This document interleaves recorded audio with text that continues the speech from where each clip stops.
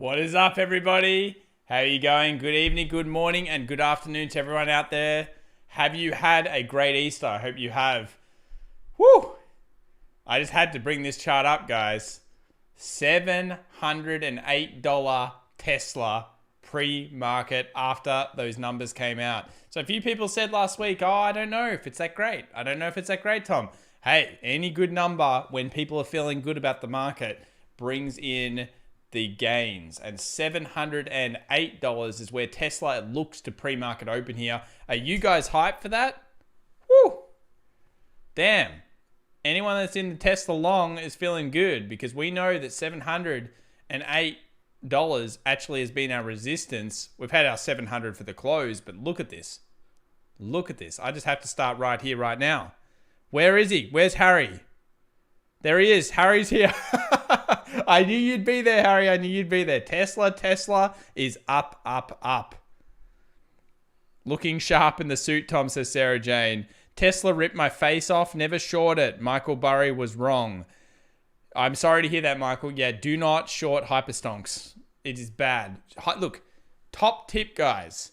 Try not to short when you first get in the market. It is 5 times harder than going long in stocks. Absolutely, absolutely. Things look completely different when you go through that way. Burry shorted after bad news at the top.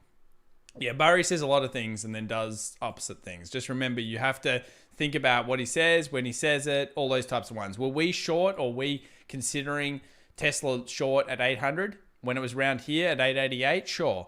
But when it's down in these levels, it's very tough. So anyway, let's see how it holds. But pre-market, I just had to say it straight away, $709. It's a phenomenal effort here from Tesla. Can it hold? Time will tell. How was everyone's Easter? Was it good? Did you eat the chocolates? I only got one. And I can tell you it didn't taste very good. It wasn't good.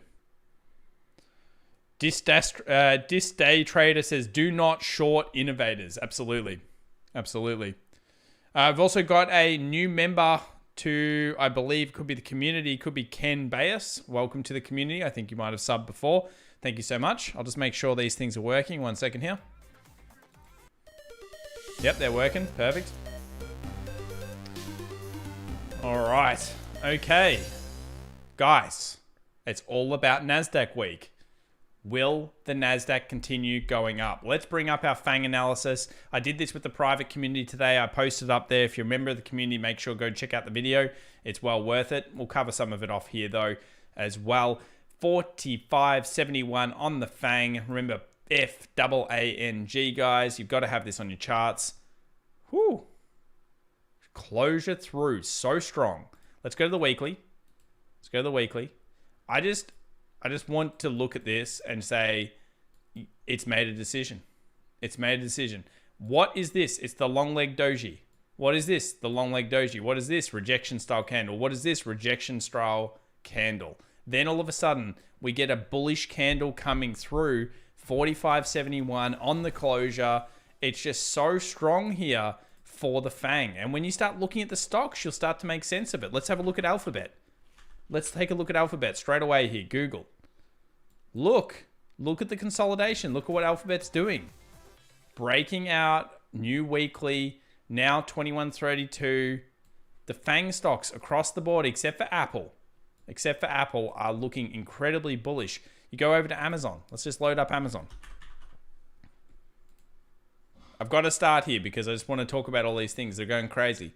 So here's our Amazon. We've got strong bullish price action coming through here as well. Again, similar rejection style candles. You go into a daily, you take a look at this one together, and then instantly you are hit by mega resistance across the board. What happens here? A little bit of bullish pressure, movement down test, and then you're talking about going back into these highs. What do you guys think about these FAANG stocks? Is FAANG the key? Welcome to 471 viewers as well for the Monday Open. It's going to be fun here. Michael Hager says GME selling 3.5 million shares, common stock. The literal nightmare. The literal nightmare. What is GME doing pre-market? 12.49%, 167. It's the nightmare. that you always had to worry about here, that a company was going to take advantage of the squeezes and, of course, issue more stock, sundial style. That, unfortunately, is really bad. Apple is crap. Hedge funds are definitely shorting, says LL.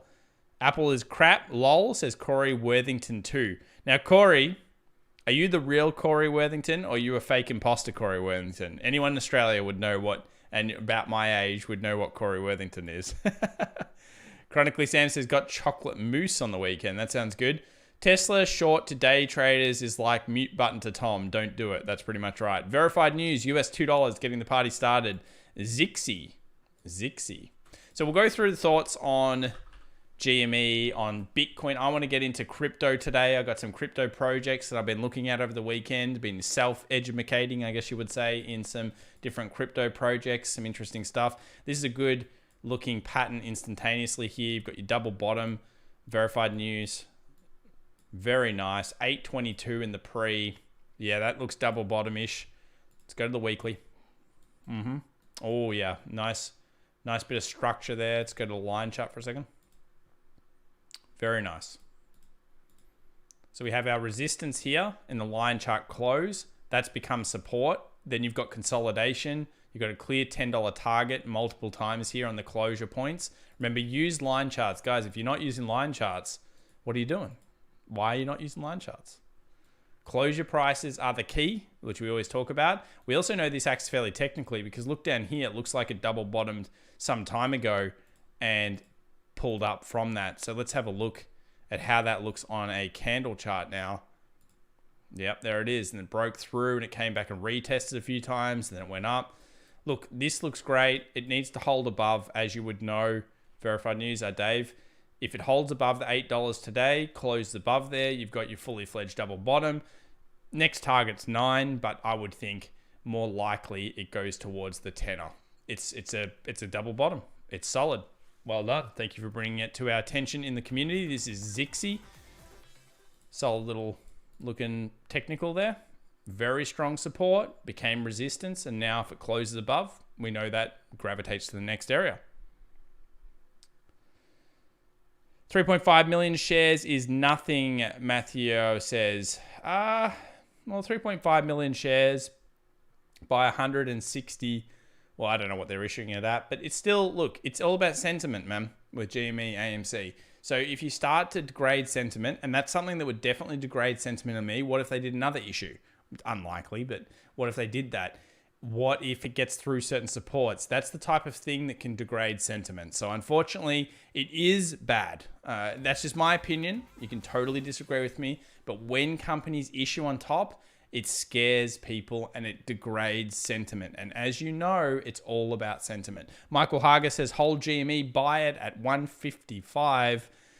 Yeah, maybe. Do you think Facebook is going to drop because of the data breach? Facebook's had quite a few data breaches in the past. Let's have a quick look at it. I just want to check it out. 0.22 down. And look, it might drop, but they're all in pretty strong breakout kind of territory, at least at the resistances. The FAANG's looking so strong across the board. We haven't even done the Nasdaq yet. Yeah, it's possible. It's possible. But in the past, a lot of these data breaches, depends how bad they've got. I mean, remember that data breach in America? I can't remember what it was called. It was like literally your entire, was it Halifax? It was Halifax. That knocked it round, but not even as much as you thought. Not even as much as you thought. So, yeah, I think Facebook, Google, the reason why these are moving up is because this is how I see it. You got pandemic. You've got people going online. Then you've got mass media, so the people that do all the advertisements, etc. What has Facebook and what has Google just done? They've risen, as in raised, the cost of ads on their platforms. Now, why is that? Because the mainstream media, where they used to have spends on television, they're putting it into Facebook, they're putting it into Google. It's starting to happen. And as that happens, it means more revenue growth for them. That's one of the natural things that could occur. That is one of the natural things that could occur. Dimitri Jackson, US $5. I have 685 strike expiry, 30th of the 4th. I have a smile on my face. I remember you, Dimitri, from last week. Congratulations for having your diamond hand, sir. You were worried about that 685. That's on Tesla. You have the big smile. Oh, 710. You smile. I mean, Literally, can you smile anymore? I guess maybe if it hits 800. Remember, when we do the Tesla analysis later, there are still key resistances, 720 still key resistance, etc. But this is a great first step. We know when Tesla hypes, it's hypes. I'm not sure if it'll hold at all because this pre-market's pretty strong, but it's an amazing day to be in Tesla. Why not? James Robinson said, hey, Tom, please keep the memes in the intro on for longer. Ha ha ha. You want more memes? So you want me to like extend the intro? Is that what you're saying, James? Would you guys like me to extend the intro and have more memes? It's all about timing it in the song. I mean, you know, I can't. I don't know how to use Microsoft Paint that good, man. Wow, an Aussie crypto fan hard to find. Doge Democracy says, well, don't worry. I don't like Doge. I do not like Doge, but I do like crypto. Look, there is a real case scenario here where I believe millennials, people under my age, you know, I'm 30, 33, 34, I don't remember what I am. But when you go underneath, you go to 18s. I've been talking to people, 17, 18, 19. What are you guys doing? They're like, I have 80% of my money in crypto, your YOLO lifestyle kind of thing. It's amazing. Like, it's a real thing. And I believe that BTC is where it's at longer term. But the problem with BTC right now is that there will go through a cycle. There will be a standard crash in the cycle. This is my belief at some point, probably the end of the year. And then what will happen is you'll see the super funds begin to invest in it in the next cycle. I'm kind of starting to believe. I'm believing. You guys reckon that they're coming in?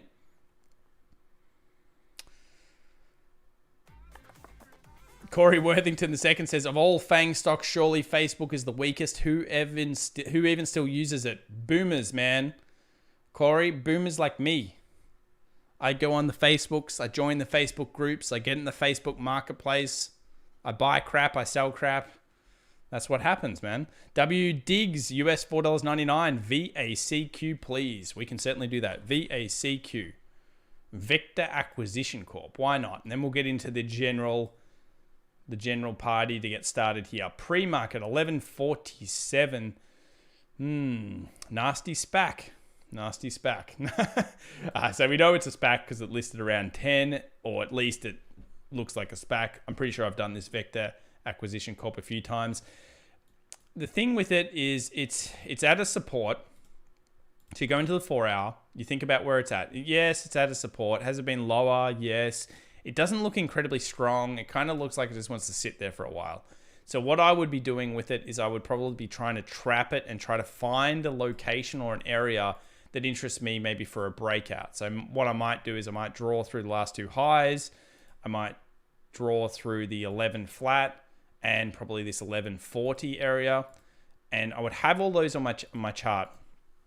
I don't know if I'd be so interested in it now, but maybe if it closes above 12 again, or if it does something like this, where it comes up, respects it, and then it breaks that channel. So you've got that trend line. So you've got the 1, 2, 3 trend line. If you had that coming through, that's a real serious commitment of buyers. So I think you're going to be looking for volume increases on the daily. Check out the volume. You're going to be looking for closes above the trend line. All of that type of stuff is super important when it comes to checking out this type of thing.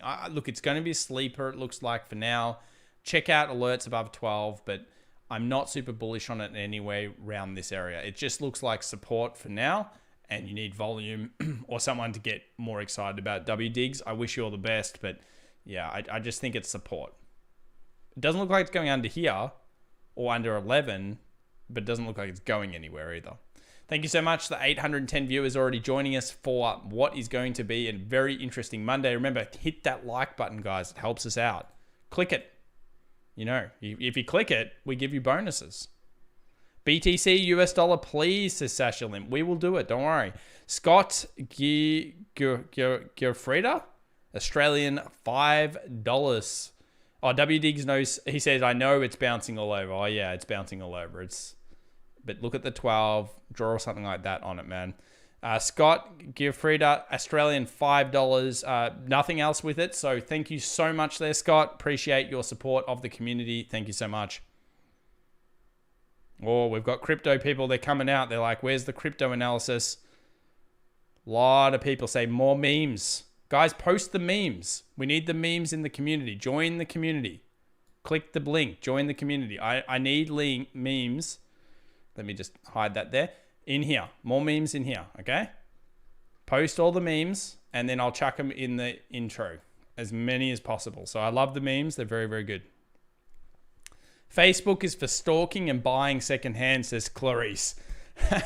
For some reason, I thought of Hannibal when I read your name, Clarice. Or was it Hannibal or the other one? I can't remember. Silence of the Lambs. Yeah, well, there you go. Facebook is kind of like that. I'm not sure about the stalking component, but yeah, buying secondhand certainly is something that happens in Facebook. VACQ is a spag. You have to wait, says Matthew. That's right. You do have to wait. What do you think about SPACs, Tom? I think they're a dangerous field filled with mines that's, well, like, I mean, I understand why a company would want to do it. Getting through. Hey, you get through all the litigation, get through all this stuff, and you can push through. Why not do it? Why not list with a SPAC? I just think that they're very different. You know, with me and IPOs, I'm not a big fan of the IPO investment. If I buy the IPO, I get in, I get out, and I come back and revisit it later after some earnings reports, after the market has time. And why? Because I've been burnt by taking IPOs in the past. What happens a lot is it does this. Yeehaw! And then it's like, and then it recovers. Look at Facebook charts if you don't believe me. Go have a look at Facebook. Go have a look at everything else that you've ever, Twitter, Snowflake even now. Look at Snowflake in the charts. Look at the yeehaw moment where it went nuts. When everyone was like, oh yeah, it's cool. So it comes out hard, 319, drops off, goes even crazier, 427. And now we're in a literal great, very nice consolidation zone. But it's much later on. So September to now, it's basically done nothing. But somebody probably in this chat has Snowflake at $400. And they're thinking, damn, why did I buy that? Because the problem is with these IPOs sometimes is you get caught up. There is no greater catch up, I believe, in the last couple of years than marijuana stocks. I'm too skilled for you, Tom. You're not a boomer. You're a millennial. Don't downgrade yourself. I can be both. I'm starting to lose track of technology, so that's never good. Never buy IPO, says Ronald Hall. It's shady way to market. It is super shady, but I can understand if I had like let's say something that I didn't think could go past diligence, or I wanted to cash in straight away and just know that I made that much money, why wouldn't I do it? Why would I not get into a SPAC? It's such a glorious way of getting that instant gratification for all of your hard work. So look, my firm idea on SPACs is you've got to be careful. There'll be some good ones, but probably 70% of them are going to be bad. And that's a completely made up statistic, but let's face it, it will be like that. But that's like any IPO. They usually come out pretty bad. I got another donation. I'll just do this quickly from Dave. Verified News, US $5. Russell, 2K buy, April 9th. Options on open hold for 3 days. Your opinion, please. Okay, so the Russell is looking really strong. I did this in the private hangout today as well. Lightning Bolt is coming in here. So you've got basically your support. You know that held, the 207. You've got what we call the Lightning Bolt, which is the trough, the peak, the higher trough, guys, and then the higher peak. It's closed above. It's come through with the goods. And then where is the next level for it? Well, you'd have to think around this 229. The problem is the damn thing's already opening at 227 today. So then the max you're going to get without it going to a new all-time high is going to be 234. So it looks amazing. I mean, you had your trigger really last week. If we take a look here at the 4 hour, your trigger was on the close here. So this was the 31st of March, was the absolute, it's in, it's time to go. Now you've got the 228, 230 area being resistance. Then you've got the 234 area being resistance. I think all of those can be hit in the hysterical kind of FOMOing back into the market that Wall Street likes to do. Maybe even new all-time highs. But I do feel ideally you would have been on this one. Ideally. Yeah, that would have been the ideal time to buy the calls, or on the support if you're more of a catch the falling dagger, the falling knife. Opinion is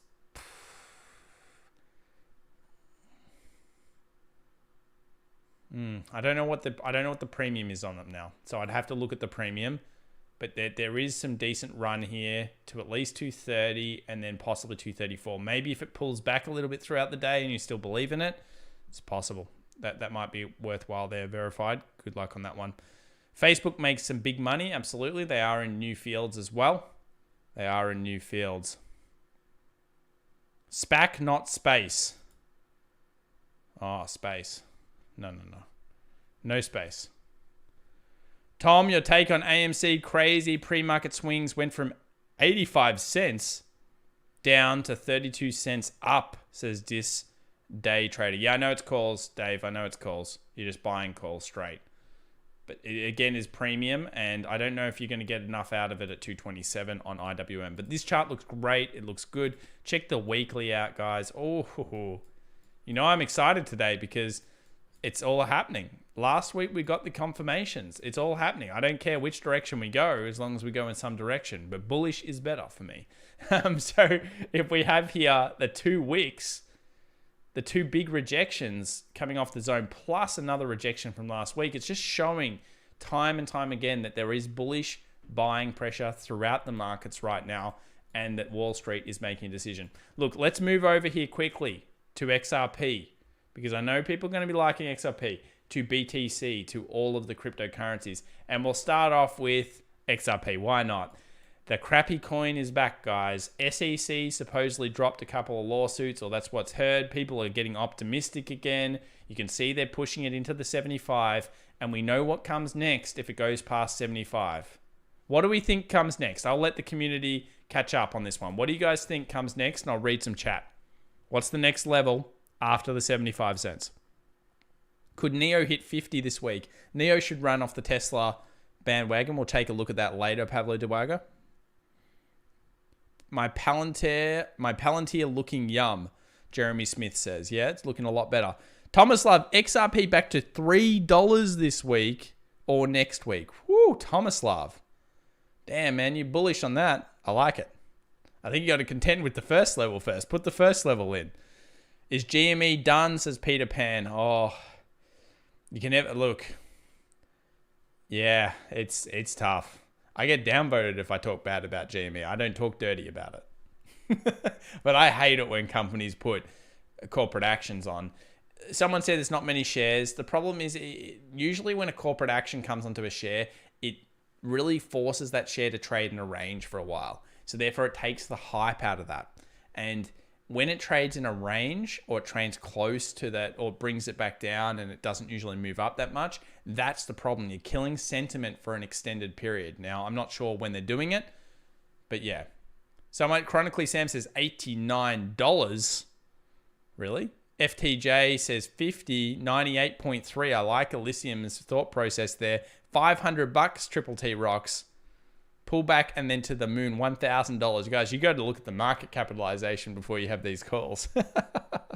GME is still strong. Clash Clans. Today will be a good test to see whether it's still strong. Today's close will really show you probably the sentiment in the market. XRP is the old school doji, says Mark. Yeah, it pretty much is.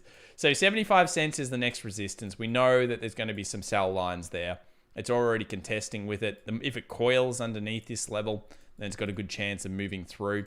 Now, if it gets through to the dollar, which, as I say always, look at the lines, the bid values here at $1. You're going to want that up, because I'm going to suspect there's going to be huge amounts of selling at $1 with hodlers that are wanting to get out with some profit, or just get out in general and be like, oh, thank God I'm free from XRP. I can move to the next coin. So once it gets through $1, hey, anything's possible. If you go back through the history of this coin, you think about where it got to during that massive boom. It went way higher than this. Don't worry about this $1.50 area. It went back in 17, I think $3 plus, maybe even $4. When that happened, it was very short-lived. So you've got to think about market capitalization. What can XRP get to? I think it could get to 100 billion. 100 billion would be a 4x on current price. So, or about 60 cents. So probably around that $2 will be a capping for it for some time. I doubt it's going to overtake Ethereum anytime soon. So there is positive news here, but $1 is still going to be a pay grind for it. I think it's going to be a big issue. It's going to be a big issue. Now, BTC, 57,601. So I mentioned last week, I think we are moving out of BTC and we're into altcoin season. Why? because you look at Ethereum, it broke through 2000 on the weekend. We're at 2046, it went to like 2160, 70, whatever. Let's have a look here. Where's my thing? Do I have my, I don't think I've got my thing up anymore. I don't, unfortunately. But I had like a, you've seen it before. It's a altcoin versus Bitcoin strength thing. And effectively it shows you when altcoin season's starting and when it's really ramping up. So this is the exact thing that happened in 17. From the months of April, May, and June, you were in altcoin season. Then Bitcoin awoke and it went crazy. Then we went to altcoins, then it was over. Okay, that's literally what happened in 17. Everything up until this day has been the same sequence of events than 17, but slightly sped up. So what I mean by that is last time you had January being the end. Maybe this year it's somewhere around Christmas. All of those hype events though, Thanksgiving in America, all of these things, if we go strong into Thanksgiving, you know what everyone's going to do? Just the same thing as happened last time. They're going to go home and they're going to say, Grandma, Granddad, Uncle John. Dude, Uncle John, I made like $50,000 in BitNoodle. And he's going to say, well, I don't know about that BitNoodle still. Uncle John, I'll show you how to buy it right now. And that's what happened. And that's what happened last time. It'll happen again. So if you go into these events and things are still bullish at the end of the year, remember Thanksgiving around there, Uncle John's going to be starting to think about investing because one of you out there is going to tell him to do it. I'm not going to tell you to do it, but somebody may do that. So it's you've got to be very, very careful about those things. BTC need a crash for more people to get in on the game, says Glenn Ang. I think BTC just kind of hovers. So let's go into the 4 hour and then we'll go through some of the other coins and we'll do some of the donations, etc. So look, BTC, incredibly disappointing around 60. Hits the 60 multiple times, bounces down, eventually closes through, got through our 4 hour, and it's just hovering at our 57,000 support. So we've had some key levels, 57, 60. These have been our key levels. We had that little bit round here, 59.3, which just couldn't hold it up and then ended up busting back down. So 57 now is holding it through. If it closes it back above 58.5, where does it go? It's going to go to 60. And I could see it literally just sitting in a range for some time. Go back 17, study the charts, study the smaller time frames. What did it do over that period? Very important. The sequences are very, very similar. They're very similar. So BTC actually interests me very little at the moment. Let's go over to ETH. Ethereum. The chart looks very different. The 4 hour 20. 1, 2, watch, she's even down here. 1, 2, 3, 4. So many touches on the 4 hour 20. The Ethereum looks strong. Now, if Ethereum leads, what happens? All the crappy alts come with it. Good alts, bad alts, terrible alts, alts that people don't even know what they do. Back in 17, people just went to a website and they just viewed it and they went, hey, what's going on this website? I actually invested once and I'm ashamed of it because it was so disgusting. I went to the website and it had good graphic art. Back in 17, if it had good graphics art, people bought it. And this time it's almost similar. There was an NFT. Does anyone know? It's like a unicorn NFT. It sold for $500,000. Let me see if I can bring it up. You may not care about this whatsoever, but it was a unicorn NFT. I probably can't even show it because it's been purchased. That's probably true. I probably can't show it.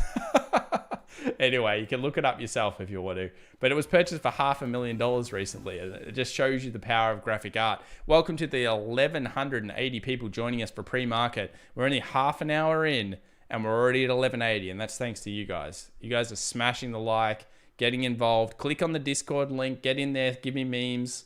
Give me your failures and your successes. I've opened a new room. So if you're doing well in trading, show it off. If you're doing poorly in trading, show it off. Let's have a look and learn together on that type of stuff. So Ethereum here, bouncing off. ADA, it looks strong, it looks fine. Little high here is going to trigger the next buying. So that's around that 20.95, by the way. ADA continues to hold our 116 level. Thank God for that big donator last week. I'm sure he's still probably sad because we were over here and it went up to 125 and he's like, oh, thank goodness it's gone up. And then all the way back down to the 116. 50. So the 116.50 continues to hold. If you are a day trader or scalper or something, you can always dial in on the smaller time frames. Take a look at the 1.19 level. Check this out.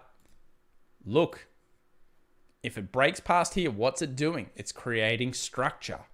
Beautiful structure around the correct area. And when it creates the beautiful structure, then it closes above. Then all of a sudden, we can move to the next level. And I think Cardano's a bit sleeper right now. This is 88. It's a bit sleeper. It's been boring. DOT had a great breakout on the weekend. Anyone on the DOT train? Any of you guys get in on that one? I saw BitTorrent. I saw John Sparrow. I saw it went to the moon twice. Yes, I did. Let's go back up to this donation. So 88 levels to watch out for. 119. 124 from a resistance standpoint. Make your own decisions, obviously. And then 133 and 147. So 147 is the eventual goal for ADA. Now that DOT is still consolidating above 43, we know they run in kind of tandem of each other. This is probably the sleeper coin of the big ones. Also, Uniswap is probably a little bit sleeper as well from the perspective of just how they've all been moving up and around. But yeah, DOT's move, let's just check out DOT. It was so beautiful. The 38 got destroyed. It consolidated through, it bounced up, and now it's hovering above, finding its new equilibrium. So look, we had some great trading. It's amazing. How much is the percentage here? So last week, the percentage on a big coin, like that is phenomenal. 60+% in DOT last week through the drop. And let's say you didn't get the drop, you got just the trade itself, the one we were looking at over here. Beautiful, beautiful trade off, $31. Still a very significant portion that went through. So DOT's nice. ADA looks really good at the support as long as it continues to hold. My biggest problem with ADA is the weekly. So I actually hate these candles a lot. You have a long leg doji. Then you've got a rejection candle. It must hold the 116. After the 116, it could go to 1. That's how significant the drop could be. Thomas Love says alt season. He's got 2 loving faces. Absolutely, Thomas Love. It's a glorious time when alt season comes in. Mike H, US $4.99. I woke up at 4 a.m. this morning. Wow. In New York and bought NNOX. It's not too late, he says. NNOX. Is that like some kind of, oh my God, no wonder you were loving this, were you? This is the one, man. Mike, wasn't this the one you loved for so long? And it was just its support and being boring? This was the one that you brought up on the stream several times. I'm not sure why you bought more of it, but anyway, 69% up here at the 70. So it's been sitting on that hideous support line. It was boring. It wasn't doing much. But as we know with these medical specialty stocks, they can move pretty heavily. So yes, it did. It's doing very well. I mean, in terms of where it runs to, it's been as high as 95. It's been as high as 95. I don't know what the news is, but it makes sense why it stopped here. Look, previous resistance, across the board. That's why you've got this. You've got the market opening around here. Where could it go to? Easily 80 or the 90-ish zone from a technical standpoint, but you would have to do also some of your own analysis. Mike H, I hope you had some already. Good luck with it.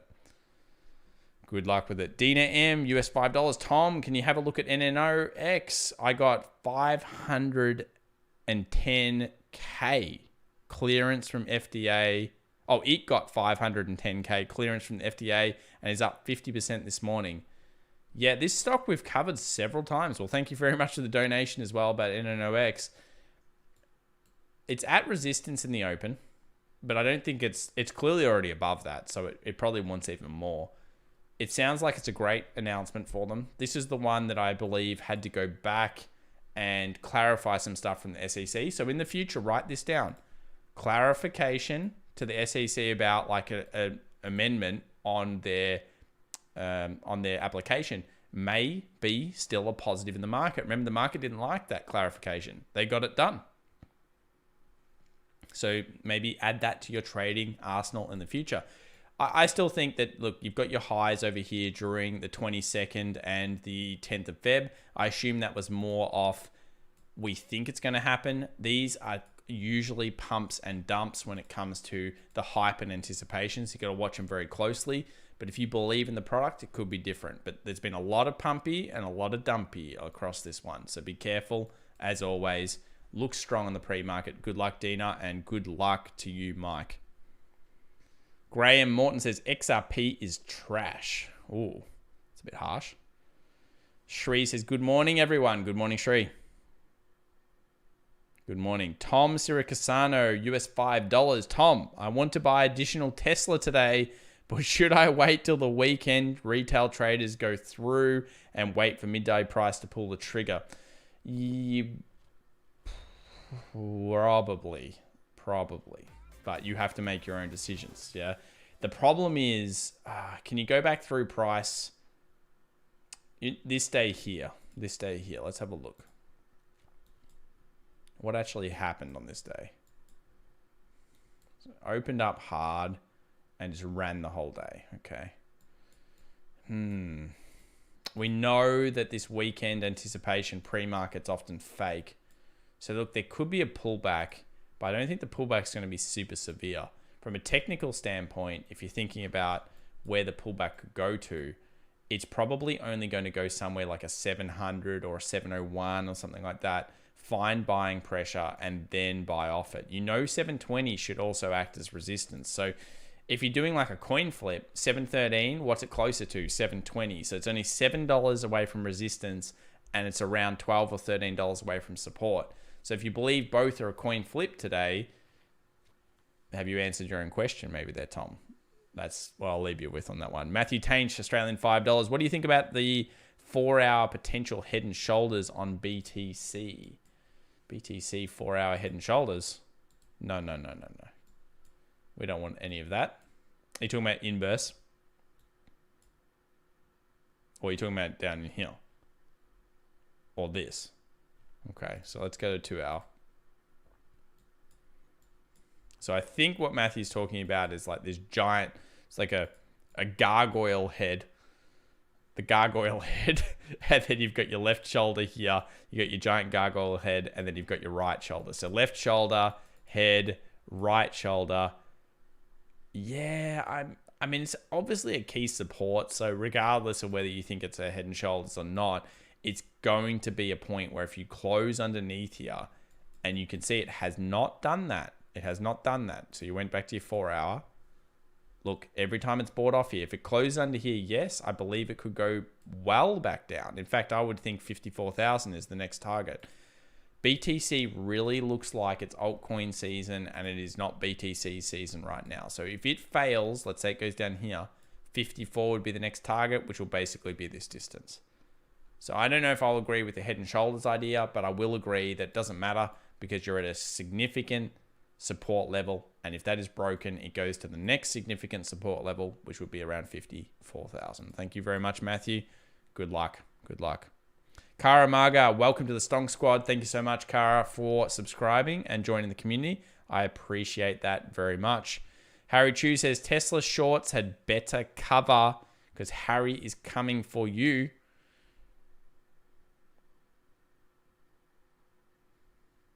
I think he means the 15th is the first shoulder. The 15th? I can only go with that one unless you're talking about an inverse. If he's talking about...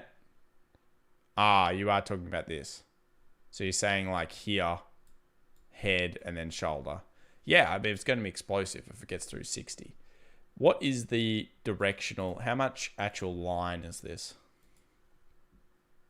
So I think it's more of probably a daily play. How much does that predict? Ooh, 70,000. Go to the daily.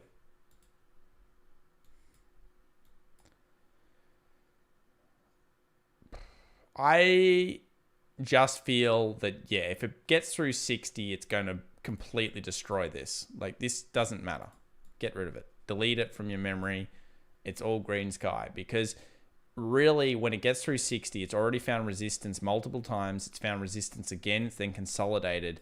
And what does Bitcoin do when it coils? When it explodes out, it is very aggressive in the market. So it usually explodes incredibly fast. I think 60,000 is the key level here that we're looking for, a closure above.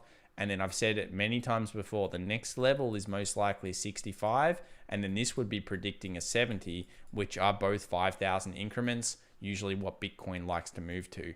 Altcoin season would be what I'm watching the most here in all of these coins. Harry says, Tesla cannot build cars fast enough to meet demand. A good problem to have. Yeah, look, it's great. I told you the other day, guys, in Australia, I go outside, the Teslas are everywhere. My neighbor has a Tesla. He's got 2 of them. I don't know what ones they are. I think one's the SUV. But he drives them around. He loves them. It's all good. And they're expensive here in Australia. Really, really expensive. Ali Malcor, US $4.99. NNOX, FDA approved. It's going off, up 69%. So good. I'm glad for you guys. Like NNOX, it was bought in this channel. Remember, you got to subscribe. You got to come in here. Join the community. The community came up with this one. I didn't. But FDA approved. I love the FDA approved plays. Just remember, they're pumpy and dumpy, so be careful there. Good luck, Ali, and I'm glad that you're doing well there. MH, $2.29. Please check Bitcoin Cash chart. Ooh, MH, no. I mean, you've donated, so I have to check it, but Bitcoin Cash? Bitcoin Cash? Really? We need to go back to this thing again? I haven't looked at the Bitcoin Cash chart since 2017 when it went to like 3K. I've never liked this project very much. You guys like Bitcoin Cash? Yes or no in the room? You like Bitcoin Cash? Does it look like it wants to break out? Okay, I'll give you that. It's looking better. So, yes, your 600 is the correct resistance. And yes, it's been pretty aggressive when it went through. I'm not sure if I'm a hodl master on something like this. But yeah, it's doing everything that you like. So you've got a series of higher lows coming through each one of these drops after the sell-offs occurred. See 1, 2, 3. So therefore, you know that if it does come back down, it's most likely going to find buying pressure off that, being a 1, 2, 3 trend line already. Strong resistance. Pretty aggressive coin when it gets on. When alt season's on last time, it did go to $3,000+. It was pretty insane.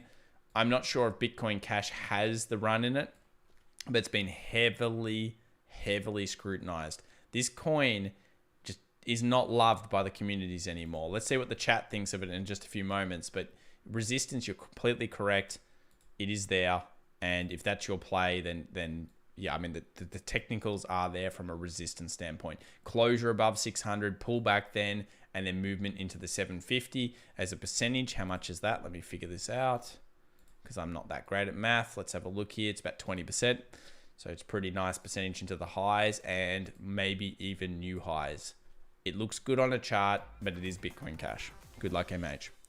Hayden Camps, Canadian, $5. Love the show. Watch you every morning at work. Thank you so much, Hayden. Could you take a look at the Ultra token, UOS? Okay, UOS. Ultra token on the Bitphoenix. Hit 70 twice and is pulling back now a little bit. Very strong movement consistently as well. All the way through to the 16th of March. Sold off. Resistance again, sold off. So the good thing is you've got a bit of patterning here forming. And that's not the best close recently. Leads me to believe it might come and test the 50 again. You really want this level to hold. Bad. But the great thing is if you follow this chart for a while and it breaks out either way, especially the top side, I would say the top side, is you would take this distance, let's say it came back down, extrapolate that out, and you get about 90. So yeah, look, I don't like this closure underneath this level. I feel this makes it more susceptible to coming down here. You would want the 52 cents to be bought off. So ideally it would buy off this 52 cents, it would find pressure, and then it would start to move to the upside. I would also be looking for, similar to last time, hammers or rejection wicks, meaning strength and momentum is there in the market. I'd wait for a closure of at least something like that. So nice wick coming off, bullish hammer, nice wick coming off, strong with some further momentum. You get the idea, I think. That's the type of thing you want there, but I don't really like the fact it closed under there, and it's probably on the smaller time frame got a little bit of a downward slope coming through here. See how you've got this 1, 2, 3. I'm pretty sure if you put that on a 15-minute chart, you will find that it's downward sloping. I'll do it for you. Let's have a look. Let's get it up. Yeah. Pretty damn close as well to selling that last one. So it looks to be in a downtrend at this stage, 52 cents. Once it hits there, find buying pressure and continue on. Matthew Tanch, the $5 donation. Thank you so much for clarifying that. Yes, I do think the 60 is very, very important. Darcydia says, Harry Chu, do you talk about anything other than Tesla? Hey, he likes the stock. He likes the stock. He doesn't have to like anything else. Warren Buffett basically just had Apple in his own portfolio. It was just a bazillion Apple, and that's about it. It's pretty impressive. Dr. Drew Humpy, super chatted $4.20. Thank you so much, Dr. Drew Humpy, for supporting the stream as always. I do appreciate it very much. And then we've got Aaron Jefferson the third. I just love it how you guys get like the third. It's a very regal name. $4.99. Good morning, Tom. Could you please review Deere? John Deere. We certainly can in a few moments. Let me continue with this quick bit on crypto. It's become a long segment on crypto, but I want to just talk about it a little bit more. So there were some other coins that I was looking at. One of them was Link. And I thought, maybe it's time to expand the horizons past the top 10. Well, not this one, but past the top 10. Go into the coin market cap. Have a think about it a little bit logically. And I like KSM. Big fan of the KSMs. So Bitcoin here, $1 trillion, $1.1 trillion almost. Ethereum starting to make moves. Cool. I like Ethereum. Polkadot, I like that. I like the Cardano. XRP, I like it for the trades that are in it. Uniswap, good coin. Litecoin, bleh. No. Get out. Get out, Litecoin. We don't do that. Chainlink, BitTorrent, somehow now worth the 11th most expensive. Filecoin Theta, they've had their runs on them recently. So Chainlink's definitely one that has potential in the project, but there are also puny coins that are like that. Now, this one here was something that was brought up in the chat many times over the last couple of months. I'm not too sure on how good the work case is or anything, but it's very, very similar to Link in many ways, into Chainlink. And a few people in the private community have been talking about it. And I just thought, look, it's interesting on the charts. I only care about the charts. Let's go look at the charts. So strong breakout occurred actually around the 30th of March. So one of the things about crypto coins is how many places are they accepted? So in this one's standpoint, it's only accepted in a few brokers. There's actually not many brokers. We know there's that weird broker phenomenon where when a coin is accepted into a new brokerage, it goes crazy. And that happened with pretty much every crypto coin that's ever gone through most brokerages. This one isn't in many yet. It's got an interesting test case. Maybe you want to go check it out. But technically, it had a nice breakout. It pulled back a bit. There's some strong kind of technical plays that have occurred in it in the smaller time frames. So I thought I'd just say, hey, it's interesting that it's there. And there are other coins out there at the moment in altcoin season. This one is just one of many. It's puny coin, really. And I wanted to bring it up, not because I care too much about the coin, but I want to just bring up this idea of if you're new to coins and you're not sure of something, you need to always look at the fully diluted market cap, okay? A lot of people don't look at this. I know big time crypto investors would say, Tom, you're stupid. Of course, we all look at this.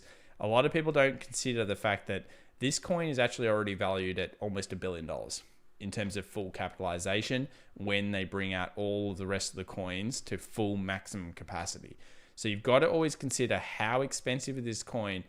Even though it looks like it's only worth this much, it's actually worth a lot more than you think. So always remember, look at your fully diluted market cap. And that's why I was just thinking, if we're going into altcoins, I need to tell people, be careful of this number. If you're not aware of it, you need to realize it's actually worth a bit more than you think on the markets.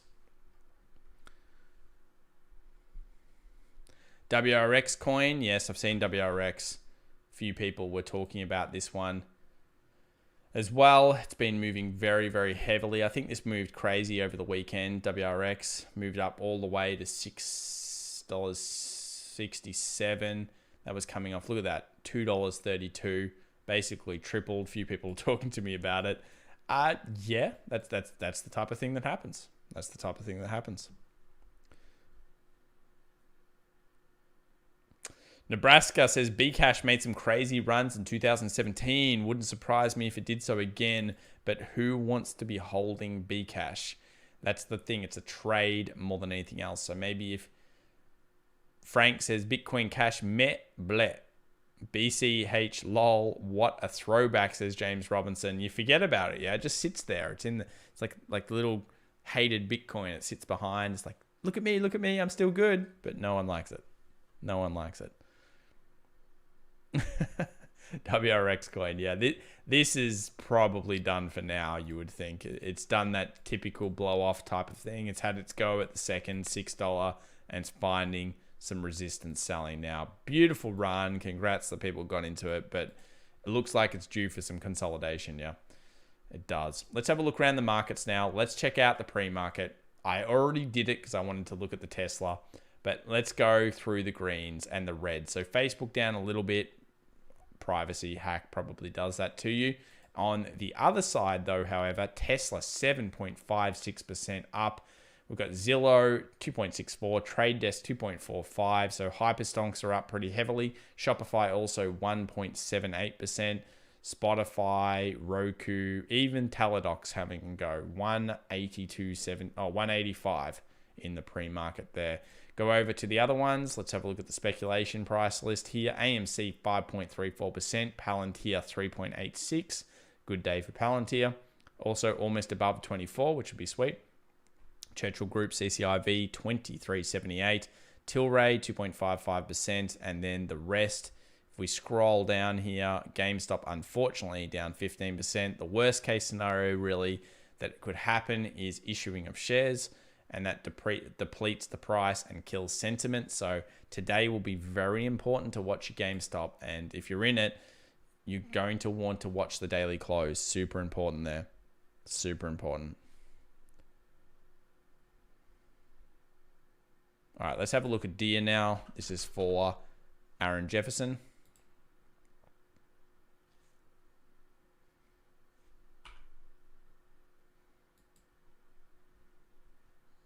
Tractors company. It just doesn't stop, does it? Daily has been hitting a little bit underneath the 20 and bouncing.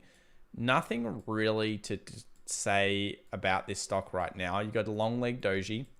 You're now stuck in the range of the long leg doji, so you need either a closure above or a closure below for your next direction. If a close below occurs, you're probably going all the way back down here. So any close under there is going to sequence to 356. A close above, you're going to go test your highs. There's not much else to be said about this particular chart. Let's go to the 4 hour. 4 hour. Yeah, it's acting quite technically. So previous resistance became support. Long leg doji with all the hype and interest in the other stocks, and closure above 380 is going to sequence into your 390 plus. Look, it looks good on the charts. Continue to watch these areas, and remember, closure is key on John Deere right now. Closure is key for all long leg dojis. Must pay attention to that. Truly Messiah, I think it is, or Messiah. Welcome to the Stonk Squad. Thank you so much for joining the community. I truly appreciate it. Enjoy the emoticons and everything else that you get. Harry, because I just love reading your comments. I don't enjoy seeing people lose money, neither do I, but it is time to cover the Tesla short positions, he says. It could get ugly for you folks.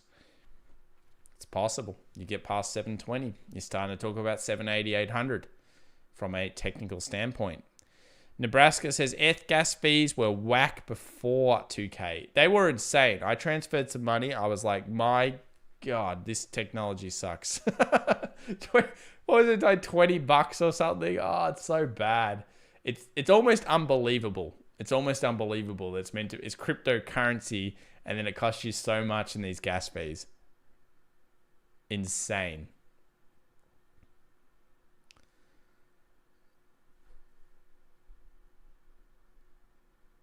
Insane.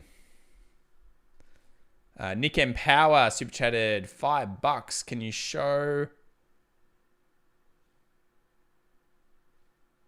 I'm not sure what you're talking about there, Nick M Power, but probably not, bro. Is this actually like some stock? Let me have a look. That would be funny if it is. Could be. It is a stock. But it's called TIT. So I can't do it, Nick M Power, but I do appreciate your donation. Thank you so much. Tollland 65 US $4.99. I still think Apple is overvalued, or do I still think it's overvalued? Look, Apple is an interesting one. It's probably not overvalued compared to some things in the S&P or the Nasdaq. However, it is very highly valued. And when you've got other better, let's call it, values out there, people are moving to those. The other thing is I've seen that if you've got like, what is the thing? It's UBS put like a price on how much they think Apple's car is worth. They said it's worth $14 per share. It probably needs a catalyst. Apple need a new product and they need it bad. Do you guys reckon Apple need a new product bad? Tell me, what do you think? Apple needs a new product bad? Yes or no? Let me know right now. So we're only about 1 hour into the stream. We've already got 1,500 viewers. That's thanks to you guys. How many likes are we at? Are we at the magical 500? Let's have a look here. How many likes are we at? Let me load here. Guys, get us to 500. I need hype today. We've got Tesla going absolutely nuts in the pre-market. We've got crazy altcoin season. We've got ETH above 2,000, 2,055. ADA 1.18 now, so it's going up a little bit during the stream. XRP 70 cents. I mean, who would have thought? If we get above 500 likes, then we can bring it together. Apple glasses. Wasn't that Apple shoes? They probably would sell those. They need the car. I totally agree. They need the car. Yes, or crazy innovation with current products. When have they last crazily innovated? Apple is getting lazy enough to number one draft pick says. I agree. Apple is going down slowly. Dominance is over. And I hate Apple anyway, said Snoop Doge. Speaking of Doge, what is actually going on with Doge? I might bring it on the charts because if XRP is going mental, is Doge having a bit of a run? This is what I'm looking for on Apple anyway. I'm looking for a closure above 125. And then I might trade it. Look, I hold it. I hold it through indices. I hold it in general. I don't know if I'm like, oh, I love this stock right now. But it's not the worst. Like, I could think of a lot of worse things in the market. Tom, why you hate LTC so much, lol? Valdo, I'm sorry. Why do I hate it? Because it does me wrong. LTC does bad technicals. It's bad. There's better coins, man. I just don't like coins that don't do anything good. Like, if they don't move well, then why would you want to be following those? FC Shopping, welcome to the Diamond Hands community. Whoa, I missed this. FC Shopping. Thank you so much. Remember to sync your YouTube with your Discord integration and come on in. Come on in to the community. Yeah, Doge is my most hated crypto. And then, even though people hate me for that, that's all right. I don't mind a bit of the hate for the Doge. And then the second most hated would probably be LTC or Bitcoin Cash. I just feel that a lot of these older coins is all about creating lots of news. And if you're creating like lots of news events, then you're creating a hype, and that hype continues with innovation. People are passionate about the project. LTC, I haven't been bullish on it ever since the original guy got out back in 2017. When he got out, it was over. I was like, goodbye, I'm done with this. I don't know how you guys feel about that, but that's how I feel. I feel like you lose the key. It's like a stock. if I lose the man that started it, and even right now with Bezos not really being in Amazon, I don't like it so much. I mean, Bezos, he built it to what it is. He was there, and I like it when they stick with it. Why do I like Cloudflare? Because they stick with it. Why do I like Airbnb? Because they're with it. The guys are there. Square, Jack Dorsey's there. He might not sleep, but he's there. John says Doji hatred. Well, yeah, I just don't like how many people lose money in Doge. Maybe you guys don't, but people lose a lot of money in Doge. And that makes me sad because eventually a lot of people will lose a lot of money in Doge and it will be even sadder. The charts don't look that fun right now. Using coin hype has really worked well for me, says Tizza33. You get it, man. Dustin Murphy, I got burned on LTC in 2017. Yes. And yes. That's what happens. Donkin Dave says, Kevin N, I agree 100%. Apple is a cash generating machine, but they must reinvest that cash in build outs. They got to build it. They got to build it. A new good product. Apple TV is a bit of a flop. So too will be the car. Still bullish on Apple in general, but innovation is lacking. I agree. The innovation is a big problem. I haven't actually really done Tesla yet, so let's do it. And we'll do NEO after that because you guys love NEO and Tesla. Again, for the cryptocurrencies, could be like alt season right now. BTC, 60K is what it's all about. Breaking through 60K is the key here. And Ethereum, the higher Ethereum goes, the more altcoins are going to run with it. Let's have a look here at Tesla. 709 the pre-market, going towards 720. Going towards 720. So 709. We've got the 700. Let's get back into the smaller time frames. Go the 2 hour. So why is it trading here, you might ask? Well, it makes perfect sense to be trading here because we had our bullish close right there. No other close on the 2 hour, but the 708, 709 zone. I think 720 is the key critical resistance for really getting the hype train started. Because when that moves past 720, I'm not even sure if 740 matters. And then after that, you got really nothing until 800, 780. This zone over here. So I like Tesla. It needs to hold today. Let's see how the whole day plays out. I mean, pre-market is very strong. 7.28%. Pullback zones could still come back to the 700. Previous resistance. I could see that psychological level having a lot of bidders today. So look at your lines, guys. Load up your platforms. And when I say look at your lines, we'll be doing it on this channel this week. So I should have all of that ready for you. So you can look at the lines together and we can say, okay, here at 700, there's so many people buying. There's this many units, etc. You want to be looking at those tickers. They're very important to be doing it. Apple is coming out with new VR tech, buy and hold, says Clifton74. Look, you'd also look at the Nasdaq as well. I mean, the Nasdaq's about 11% Apple. Time for the intro, says Sarah Jane. All right, let's do it, guys. Let us get into the intro. This is week number 5 of the changes in the intro. It's getting like a cult thing. Let's do it. Oh, wrong screen. Oh, there we are. All right, guys, for everyone out there, thank you so much for the 500 likes. Let's do it.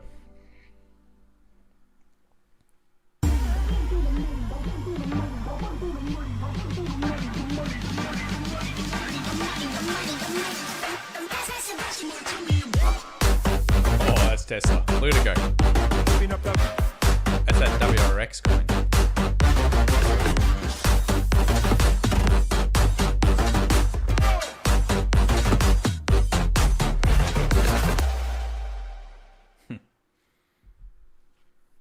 That's right, Kensei. I see you out there. I just got a message from a mate. He goes, I didn't know that your chat would like it so much when you asked them to. I said, don't worry, man. They'll do it. It's because you guys are awesome. M1 chip, Brossman says. M1 chip is something. M1 chip's going to change the game. True. And Microsoft needs to get on that type of thing as well. Microsoft really needs to get on that type of thing. So Apple is still good. It's maybe underloved of the FAANGs, and you know where it can go because it's done a lot more. So people are saying, what do you think of the ARK today? What do you think of the ARK? The ARK has made a good comeback. I mean, it actually double bottomed because it hit the lows, then it hit the lows again. 130 plus, the rocket ship begins. Do not do your analysis on ARK though. Never do your analysis on ARK. Go over their top holdings. So what are their top holdings? Tesla. We know where that is. What else we got? We've got Square. We've got Teladoc. These are their top holdings. So because these are their top holdings, do your analysis on those and find out what's going on there. Things in general look pretty good. So you're moving back up in the right direction. 130 was your previous resistance. That just means that all of the stocks were sinking together at that point. It's actually been underperforming the Nasdaq by quite a lot because of the hyper growth, because of all of the bad valuations. So as we move through here, yeah, 130 is going to be the key critical resistance. But is that really important? No. Go check out the stocks underneath. Chuan says, happy Easter all. Happy Easter to everybody out there. AG says, intro equals daily motivation. Donkin Dave says, mute button. That's right. That's right. I'm so glad you were wrong about Tesla going to 500. Well, I'm so glad that you held it at 600, Salboy. Because if you didn't hold 600, bad times would have been had. And I'm glad for you as well. I'm glad for myself. It's good.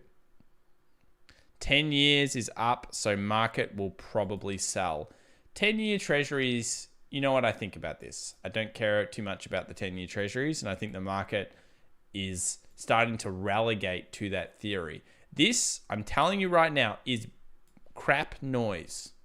That's what it is. It's crap. Cross that out. It happens every time. And the media and everyone says, oh, the 10-year note, it's going up so much, it matters so much. It matters when it goes past a point of tolerance. Do you really think that any money manager out there thought that interest rates were going to remain at 0.5 for 10 years? Very few thought that. Very few. In fact, it's showing that there's some potential, there's a recovery going on here. And I always say this about the 10-year notes. Go back in history, go back to the global financial crisis, with a very similar monetary policy, a very similar kind of concept. Obviously, it's more extreme this time. It is not in their best interest to blow the financial system. They've destroyed it now. At some point in the future, don't get me wrong, I believe we're going into an epic horrible recession that will be horrible. It will be like Great Depression style. Is that going to be in 10 years? I don't know. It's going to be in 20 years, 30 years. At some point, there will now be one due to all of this stuff going on right now. And I'd be very interested to know, do you guys agree with that comment? Do you think there's going to be a horrible depression during, let's say, our lifetimes? Like anyone that's under 50 or 60, do you think, well, pretty much everyone on the channel, do you think that there's going to be an epic depression that's going to come because of what the central bankers are doing with what is it basically an archaic monetary system? It doesn't change, though, what we're looking at right now. We're looking at a reprice similar to '08, where it went back up to the previous highs. Look. It's the exact same thing again. Who would have ever thought it? Hey, we've got this previous supports that have been found here in price, and we've got this previous resistance, 1.95. It's normal to go here. Go Trump yourself says, no way. No way, Michael says. Absolutely no way, he says. Okay, that's cool. You can have both opinions. Epic no, Arthur Brown. Dude, I feel it, guys. Like, I'm terrified of that day. Am I going to worry about it? No, because I don't know when it's going to come. It could be like 30, 40 years. But they have ruined the monetary system. Mark my words, they have ruined it, and they can never, ever, ever, ever, ever, ever, ever scale it back. It can never be done. They can never scale it back. It is destroyed. But we're not in that point right now. We're not in that point right now. It's impossible for them to scale it back. Japan is out of control. If you look at Japan's bond, I'm sure you've all very well aware of this, but Japan own like 60 something plus percent, maybe it's even 68%, I can't remember, of their bond market. Now, they've owned a lot of their bonds for a long time. The US still owns a very small percentage of their bonds. So it shows you how far the monetary system can go.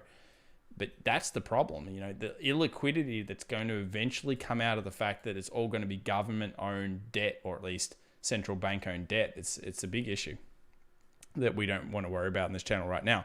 Smooth following Qual round the world has super chatted $4.99. Just cause you're making Mondays fun, learning lots, thanks, with the smiling diamond hand emoji. Qual means Queen plus Adam Lambert, by the way. Okay, thank you very much. Thank you for the donation. You're right, I had absolutely no idea what your name was. So thank you for the clarification there. And again, thanks for the $4.99. I'm glad you're having a lot of fun, and hopefully you've also subscribed, which I'm sure you have.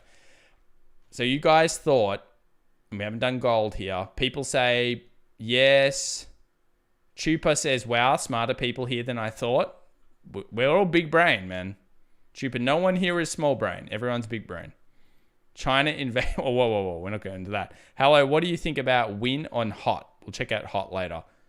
No more busts, MMT time, print to the moon, says Sajith. Yeah, eventually we print into nothing. No depression, money printing will save us, says Thomas Love. For how long, Thomas Love? For how long? Yeah. It's pretty funny how most people think it's possible, but then they all say hashtag eat the rich. Okay. All right, let's go over to gold now. Let's take a look. Poor gold's not getting the love, but it should. If it does this next thing, it should get some love. Look at the hammer, guys. Ooh, weekly hammer.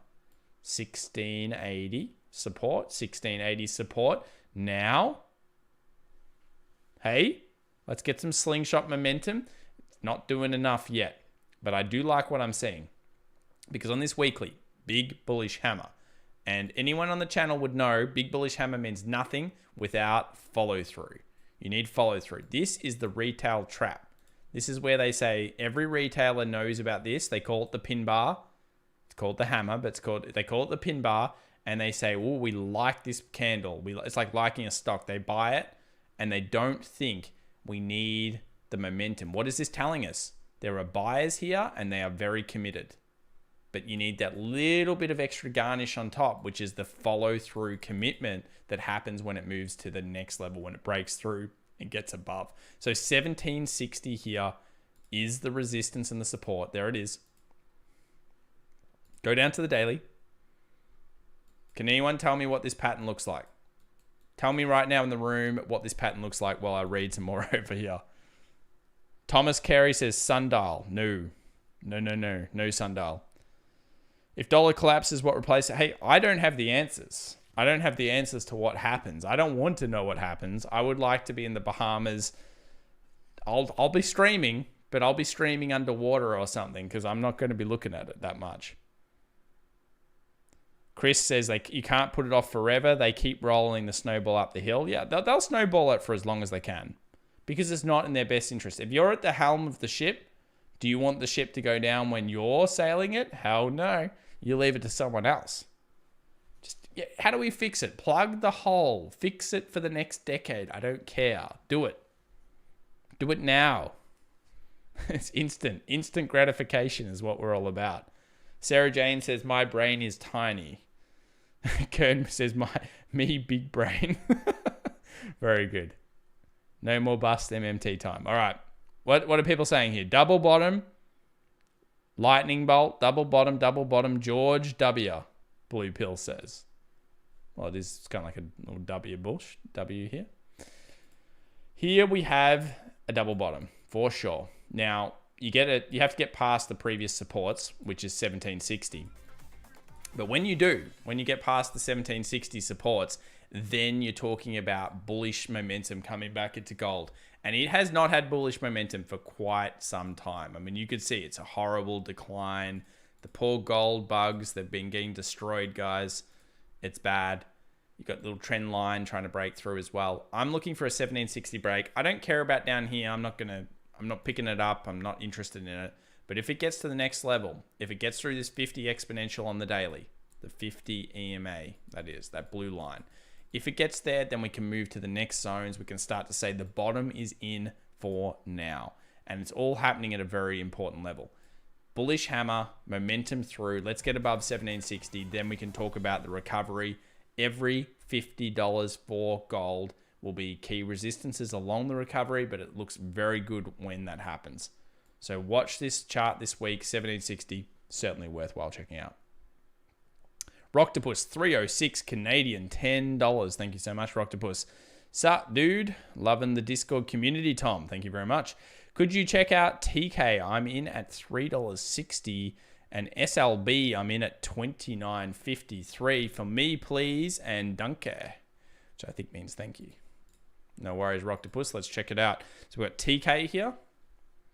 TK. By the way, with anyone that's silver, it's the same thing as gold. Wait for gold to break, and then silver will move with it. So this is TK. I don't even know if I have any information on it.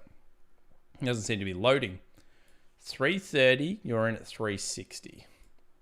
How did this happen?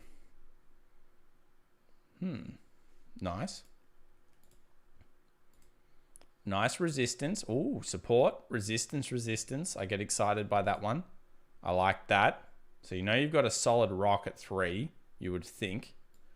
You're in at 360. Somewhere in here, I guess. You're getting like, oh, you're probably going to be excited thinking it's going to like the 5s and stuff, which is fair enough. You have pretty solid targets at the 480-ish level. Lots of resistance around here. You'd be watching it as it comes through the 450. Look, the good news is that $3 should be a bit of a rock. You probably don't want it down there again because it's sitting at 330. It looks okay. Weekly. Looks okay. Cross of 2050. Okay. 2 hour. Supports. Nice. That's good. So supports across the bottom here. 1, 2, 3.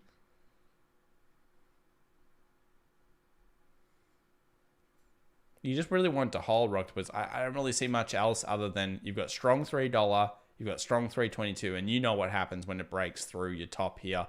It looks to be moving quite significantly. I don't think much stops it before that 450 to 480 zone. So everything's lining up. Just hopefully it keeps holding that 330 for you. The other one you had was SLB. This is Schlumberger. I don't know how to say that name. We'll just call it Schlumberger. So Schlumberger, what's going on here?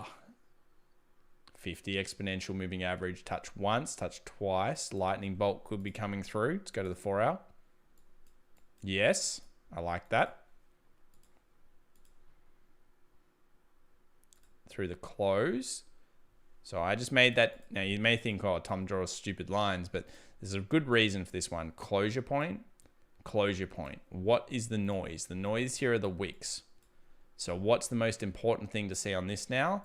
Closure above this. I don't care about the wicks. I will care about the close. The fight between the bulls and the bears where they're having the punch on.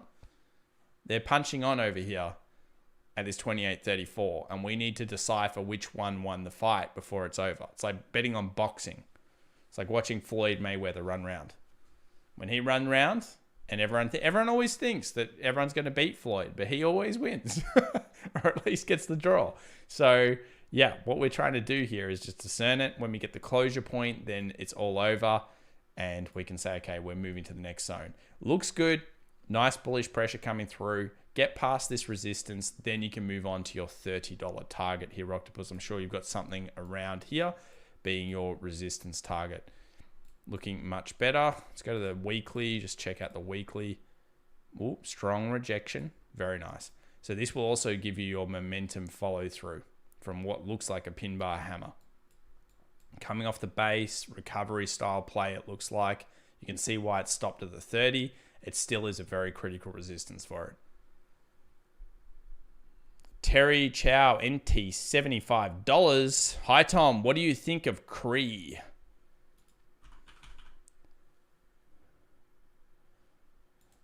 Sean, in back to response of our printing and the brewer and all of that stuff, Sean says, I don't want to know what happens, laughing my ass off. I don't want to know what happens either. Let's just ignore it for now, which is what the market's doing, because if you focus on that, you'll be miserable. It will be sad. We don't want to be doing it.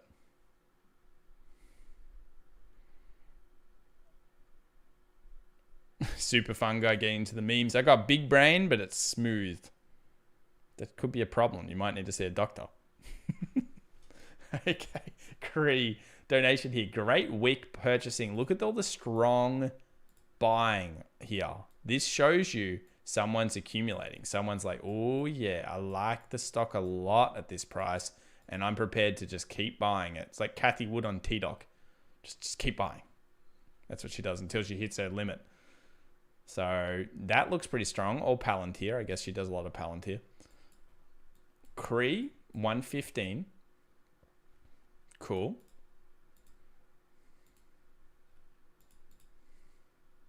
Looks good. Looks strong. I mean, horizontal resistance is going to be about that 117 for Cree. But the buying pressure here on the weekly was just phenomenal. It's broken past all the series of lower highs because you had your 1, your 2, your 3, which means it's a reoccurring event. It gapped above and then just bullish closed it on Friday. It's looking pretty damn good. It's looking pretty damn good.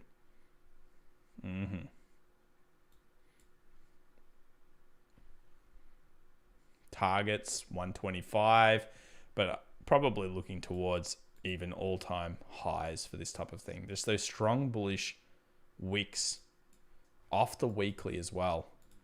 1, 2, 3 strong bullish wicks, break out to a new high on the weekly close. It's looking good there. Good luck on that one, Terry, and thank you for the donation.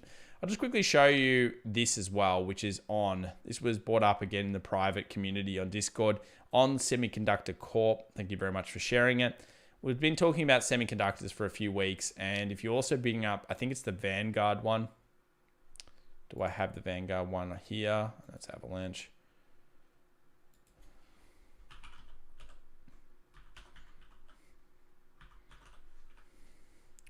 We talked about this one last week, SMH, and this was correctly identified.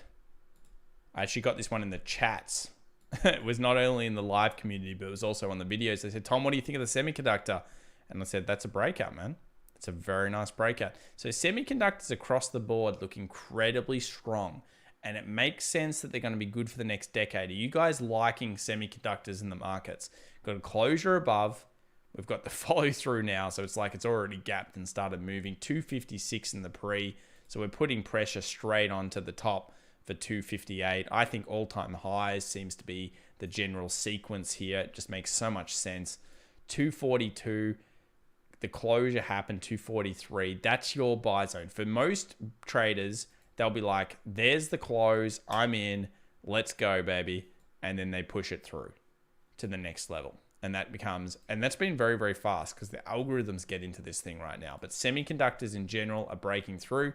We saw that other one on, they're all breaking through. And of course, the FAANG is also leading it.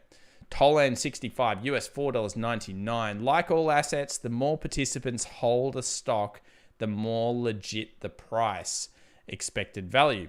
Same with the currency, just a promise of expected value. Yeah, that's right, Tolan. It's a promise nowadays, not a gold standard, not even backed by sovereignty of the country. It is a promise that, hey, this is worth something, guys. We tell you, it's legit. You got to buy this. You got to have this. It's all good. So Tolan is right. The more participants hold a stock, the more legit the price. The more the diamond hands are there, the more likely it's going to go up. That's why so many people got burnt by Tesla, because so many retail traders, they did not know the power of the retail traders behind Elon, behind Tesla, seeing something that they possibly do not see. Now, have I thought Tesla's been overpriced at points? Hell yeah, I have. Have I ever shorted it? Once. Recently. Other than, I'm sorry guys, I did. I had a little bit of a, not very big, but I just thought, you know what? Stuff this. I'm gonna finally be right on a Tesla short. And it looked good enough. It was the first technical short that we'd seen in a while. But other than that, Tesla is impossible. It's very hard to short. People believe. Ter also strong, says Chuan. Yes, semiconductors are so necessary for all our lives, says Sam Heine. I've been bullish on semis for like a month now. I knew this was going to happen. Taxi with the big brain. Good work, Taxi. AMD, Jim Sum says, AMD, we have to have a look. AMD looks all right, 81.92. Nothing wrong with AMD. Once you get through the eventual 85 resistance or 84.90-ish resistance, you know that it's going to go back into its ranging to 95. There's not much stopping it after that point. Double bottom will be in play. Now we're looking at all these big tech stocks through this recovery. It's all about these double bottoms. So many lows being touched. Look how good that support was. We knew the 75 was just this 75, 74 area. It was so important to AMD holders because if it got through there, it was going to be deadly. But because it didn't and it moved up, it looks a lot better. Neo, says Udar. Yeah, I'll do Neo soon. Did we do XRP? It's up like 16% up. Cheers for the content. We certainly have done XRP. Expectation is probably to 75. Sell off a little bit at that level unless it consolidates here for some time. And then $1 is the next target for it. Marcus says the ladies love the wrinkle brains. I'm not sure about that, man. I'm not sure about that one. Maybe, but I don't think so. Texas Crypto super chat of $5. Can you have a look at Workhorse? Yeah, we can check out Workhorse. Workhorse. WKHS. Have not looked at this one in some time. Kind of don't love this one, but at least is forming a base. My opinion means nothing when you're looking at the price action. So closure is there, so that's the most important. Look, Workhorse at support. You know where support is. I put it down here. It's not easy. It's not hard to find the support. Things could be good. And if you hold it, you really need to get past 19. You need to get past 19. A closure above 19 will trigger more hype. The good news is for Workhorse is that there's a lot of people stuck in it that are holding it up here going, how am I going to get out of this thing? And because there's so many people stuck in it, what is going to happen? If it starts running again, people are going to be like, oh, I'll double down or I'll get more. I think it's going back to my price, etc., etc., etc. So it has that inherent demand in it. It's like GME and AMC, which we'll do shortly. Both of those have this inherent demand in them. How did they run the second time? DFV puts down, hey, I'm back in GME, guys. And it all started triggering an event that pushed it to 350. Now, of course, there's some problems today. But yeah, closure through here would be significant. And then 28 would be your next kind of target-ish zone or $30. That would give it a great support base. Watch the volume, man. Watch the volume on Workhorse. You need to check out those daily volumes to see whether there's some sneaky volume increases happening inside this range. If it starts volume increasing day after day, like 2 days, and it's kind of just like sitting around, that usually means accumulation for a larger move. So it's either you wait for it to get past the structure, you look at buy zones down here because you like it, or you wait for volume through the session. Another thing you could do, movement up, movement down, movement up, new peak inside the trend. That is a lightning bolt. That is the lightning bolt. What are the moving average? Floyd is too fast. That's right. He's just a beast.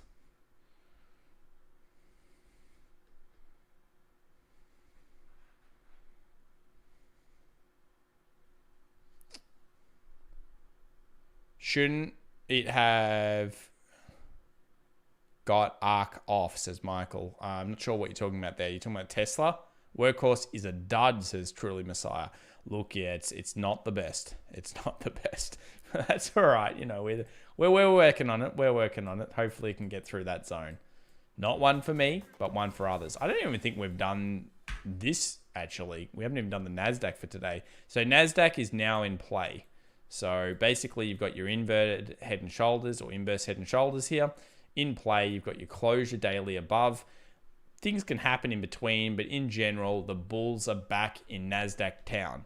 This was set aside by the FAANG. The FAANG is the best stock to look at right now in terms of index.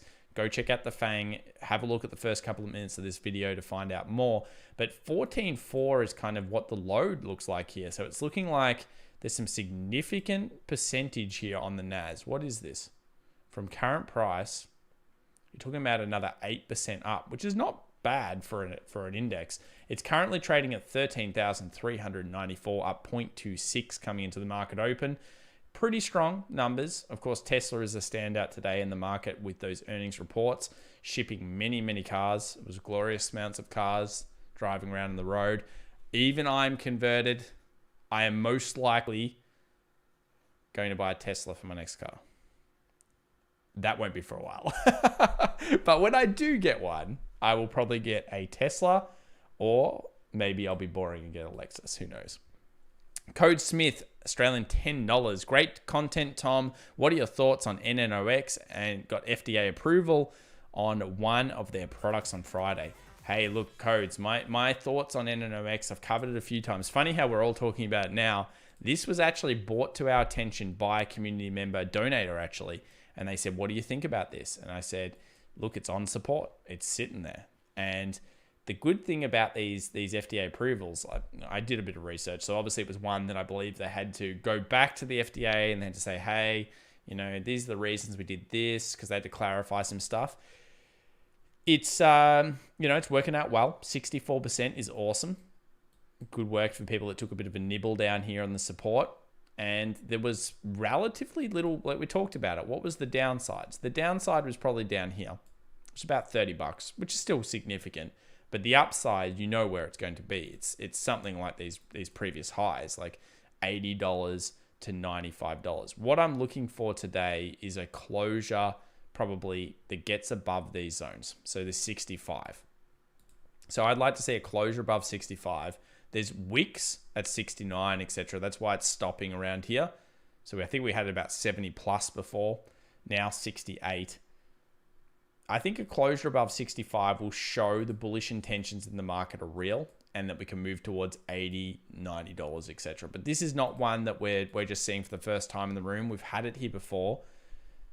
Bottom, it could go down to 50, but if it starts to crash again, the problem is it's a pump and dump, because you've had pumps and dumps, pump and dump, pump and dump, pump and dump. I want to see a sustained bullish movement. But guess what? Gets better than that.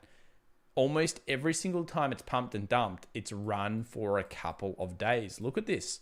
Look at this. Pumping, couple of good runs. This is out of nowhere, just bam. So maybe there's some more days in it that start to get it back up to these valuations. Be very careful on these ones, guys. You've got to be careful. By the way, if you're not in our public Discord community, share the memes with me. Share your wins and losses. Just chat with the community, whatever. Click the link in the description. Click the link somewhere up above. Dave, if you're there, post the link in. Spam it to the people. Actually, I might get it. Let me get the link.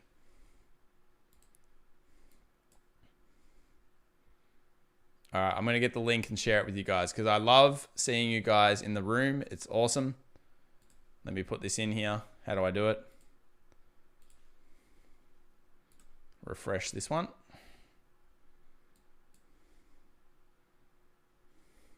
Australian internet ain't that fast. Here we go. Come on in. Flood the rooms. There we go. Not with spam, but you know what I mean. Oh, Harry's back at it again. What's he saying? Harry is saying buy Tesla at these ultra low prices is an opportunity of a lifetime. That's what Harry is. Harry, man, you got the best, bro. You just love it so much. You love it. New Graham says, I got Tesla calls and I just woke up to this. Woohoo! Absolutely. Tesla, go, go, go. Let's do our pre-market search around. Let's have a look at this before jumping into the other donations and GameStop AMC. So unfortunately, GameStop 12.59%. That is not the thing that you want to wake up to on this one. They have issued more shares, about 3 and a bit million. It is a problem. I believe it hurts sentiment. It hurts Sundial sentiment a lot, but you know, Maybe you guys can overpower it. It's not something I would like to see in there. We'll talk about the technical levels and where we hope it holds, etc., etc. Palantir up pretty hard in the market here, 3.51, trying to get above the 24 zone. You know I'm big on that 24 zone for Palantir. AMC 3.85%, bucking the trend. Tilray 22.91, etc. Let's go out to the bigger companies. This is 23 billion plus, guys. This is where the real action's at. And oh, Tesla, look, 7.1%. They just can't build enough cars. Harry needs to go work for Tesla and just build more cars, man. I want to see you building all the cars. 7.13%. 708.97. Carvana 273. Applied. CrowdStrike also doing well, 190.99. What else have we got here? Etsy, Shopify, it's Hyperstonk, Monday, 1.7% down up on Teladoc. Yeah, finally getting some green on the Teladoc. Can it hold it though? It's been a horror. I just want to show you how horrible it is. Let me click it. I don't want to look at it. Oh, God. The worst. At least it held its sup. So 170 was held. Now, to really change sentiment, I mean, you need to kind of break past 200 with a nice closure. Notice here, there's no 200 daily closure. There's a strange, like, long leg doji kind of thing, but there's no actual strong bullish candle. So I'm actually looking for a little bit above 200, maybe like a 203 to be a stronger signal that T-Doc's back in town. But for now, it may need earnings report. This is a pandemic play. People are not bullish on it out of the pandemic. Another one of my favorites, the old Airbnb, 191. Very nice. Airbnb on its way, hopefully, to the 213 train. Let's go to the 4 hour. Check it out. So actually, the 2 hours where I want to check it out.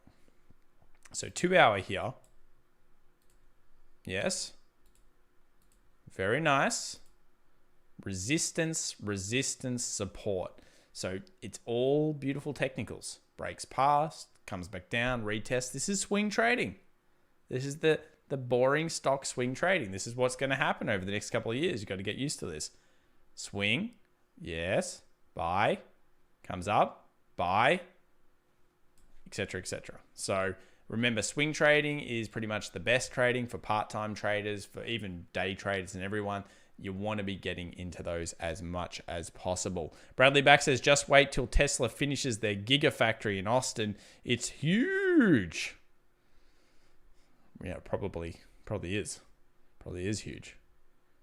So again, code Smith, thank you so much for the Australian $10. What do I think on NNOX? I like it, but a lot of the big move is over. So now it becomes, is it a pump and dump?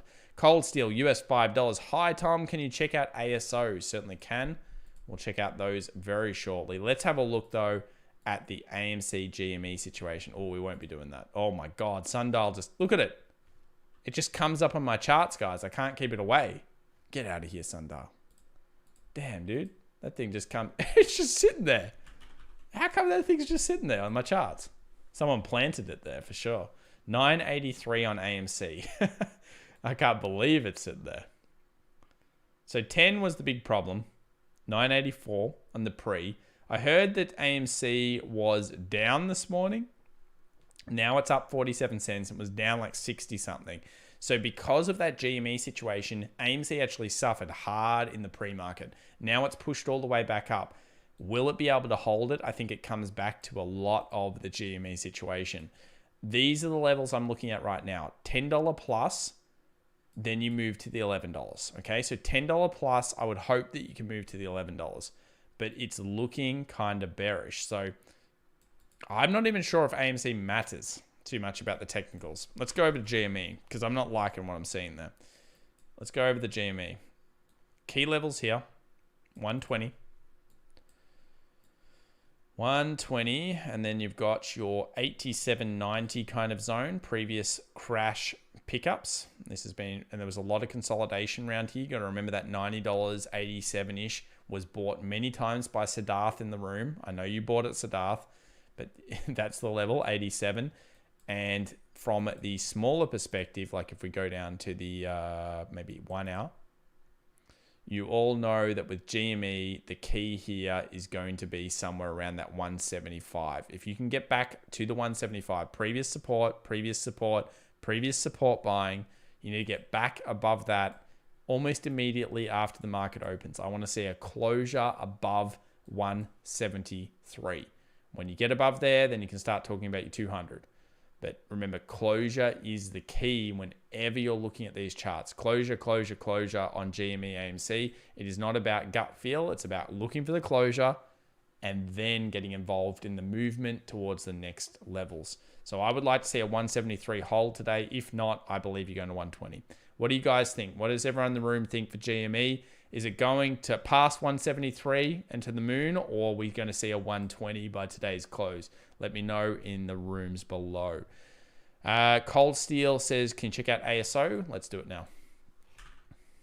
Looks like Link is moving. I wonder if that other crapper coin's moving. API is also up 1.6%. ASO 3160. Did we do this for you last week? Academy Sports. Yeah, we did. This is good for you, yeah? It broke out. You would have been in 3160. It's good, man. 8.82%. You'd be happy, Cold Steel. Everything's playing the game. So I think if we remember rightly, when we did this one for you last week, we're talking about the closure. We said it's super bullish. Any pullback would, of course, be met by support as well. And the target was actually pretty close to where it is now. So the target was something like this. We extrapolated that out and it pretty much hit it. So I think we were talking about 32. So just under 32. Yeah, look, that's what makes sense. You know, you go from one zone to the next zone.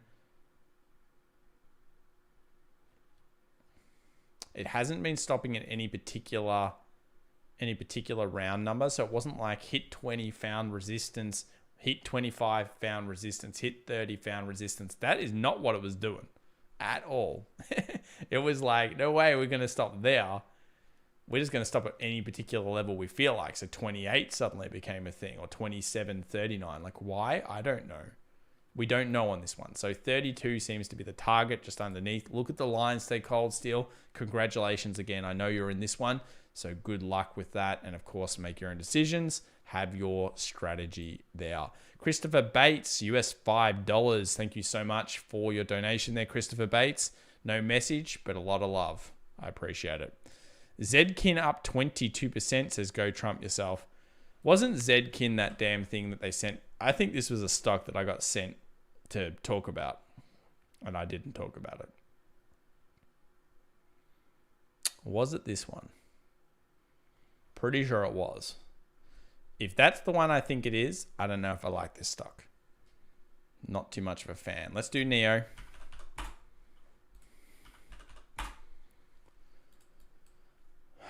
$2.8% only, 40.77. Wow, I thought it would be running a little bit better. Maybe it takes the market to open up. So 46 is the resistance here. You're in the middle of the zone. 40.77 pre-market. Pretty weak, actually. 40.77. Compared to Tesla, this is very weak. ADA. All right, we'll do ADA. But 118 looks good. 118 looks good. Wow, you guys love an ADA right now. Bob Saget says, yeah, Zedkin is a pump.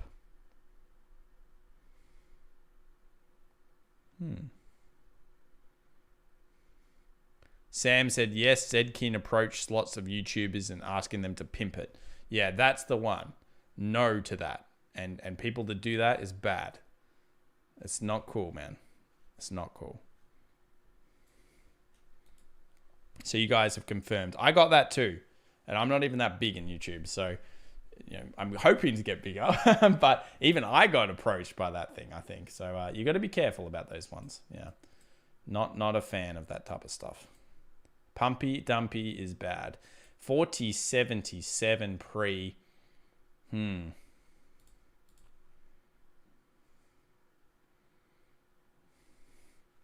don't know why it's sitting so low. You would think if the hype, if Tesla holds NEO will start to move. Remember, Tesla is like the indice of this stock. 46 remains key resistance. We've got our levels, 50, 55. That I would have thought 55 would have been reached if Tesla got to 780, 800, but clearly the sentiment on NEO is much worse. 40.77 is in the middle of nowhere land. So if you're bullish on it, 46 is possible. 46 is possible. All right, let's check out ADA. You guys are going absolutely nuts for it. I can't believe how much you want the ADA. It's like spam, spam, spam. I don't know why you're spamming it though. Nothing's happened. What's going on? Is there something? Is this chart like cracking and it's not updating? Yeah, ADA looks fine, guys. I mean, it's found 116.50. It's depressing that it's not moving hard up, but it started to move up. Nice little bullish movements here in the 2 hour. Little wick buying. It's on support. You guys know this. It's on support. Gets past like a 119. Then you've created that nice little structure down here. Then you can move back up to the 124. And then if you go out further, you'll notice that there has not been a daily close above the 121. So what is going to be my secret source? I'm going to be looking at this and I'm going to say, well, wait a second, we have not got one daily close. The most important time frame in crypto, the daily. It's pretty important. And when that daily close happens, it's going to sequence the events of the resistances that we've had in here for a long time. People said in the channel, Tom, 147, what do you think? I said the pumpy and the dumpy due to it going on. I can't believe it keeps happening after all these years. It goes on an exchange. Everyone thinks it's the next god. People make videos about it going to $7 and then it goes back down, of course. But this is starting to solidify a structure. Nice little range. Day close above. What do you guys think? 133, 147, key technical zones. Very cool. Harry says NEO reported production shutdown. Yeah, sure, but that's only 5 days, wasn't it? I mean, I know it's a big deal, but in the scheme of things, Darth Sidious says ADA giving people ADD. Yeah, maybe it is. Any idea why WRX is exploding? Is it doing it again or did it just explode? Is this WRX? I assume you're talking about the coin. Yeah, look, it's exploded a few times. A mate of mine's in this. He was telling me something. I kind of just was like, I don't know, man. I don't know about this WRX. Sounds like a car to me, bro. Isn't it just a car? Why are you buying this car? Yeah, look, there'll be some valid reason. I can't tell you. I'm not going to tell you. Someone in the room will say this. Is DOT finished pumping, pimping, whatever? 43. No, well, it got pretty close to our eventual target. Our target's been around 50. Pretty happy with DOT. I think it can go 50. I think it can go 50. There's no real reason that it can't. It's moving on to the next level now. It's a serious coin. It's moving up. And as I said, if this keeps moving up here, what's ADA going to come and do? Market capitalization dictates they like running in unison. So they will run together to create very similar market caps. One will explode over the top of the other one. The other one will catch it. Then they'll both crash together, etc., etc. WRX was recently launched in India. I also saw it went on a few exchanges recently. So we did talk about that. Binance backed coin. Yeah, Mib says. That's right. That is right. Christopher Bates, again, thank you for your last super chat there. So guys, it's an exciting time to be Australian. Any Australians out there, put your hands up because guess what?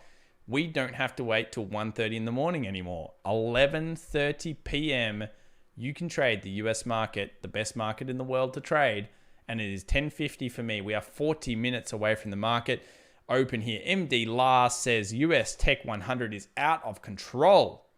I think it's in full control, man. Full control mode for the US 100. There's no out of control. This is correct.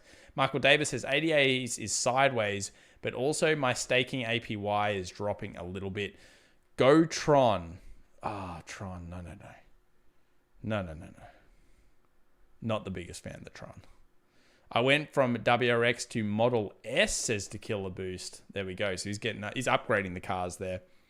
Yup, Aussie says cheaper. Hola, says Anthony C. What do you think about Atom? Can you talk about the DXY? Actually, we probably should do DXY.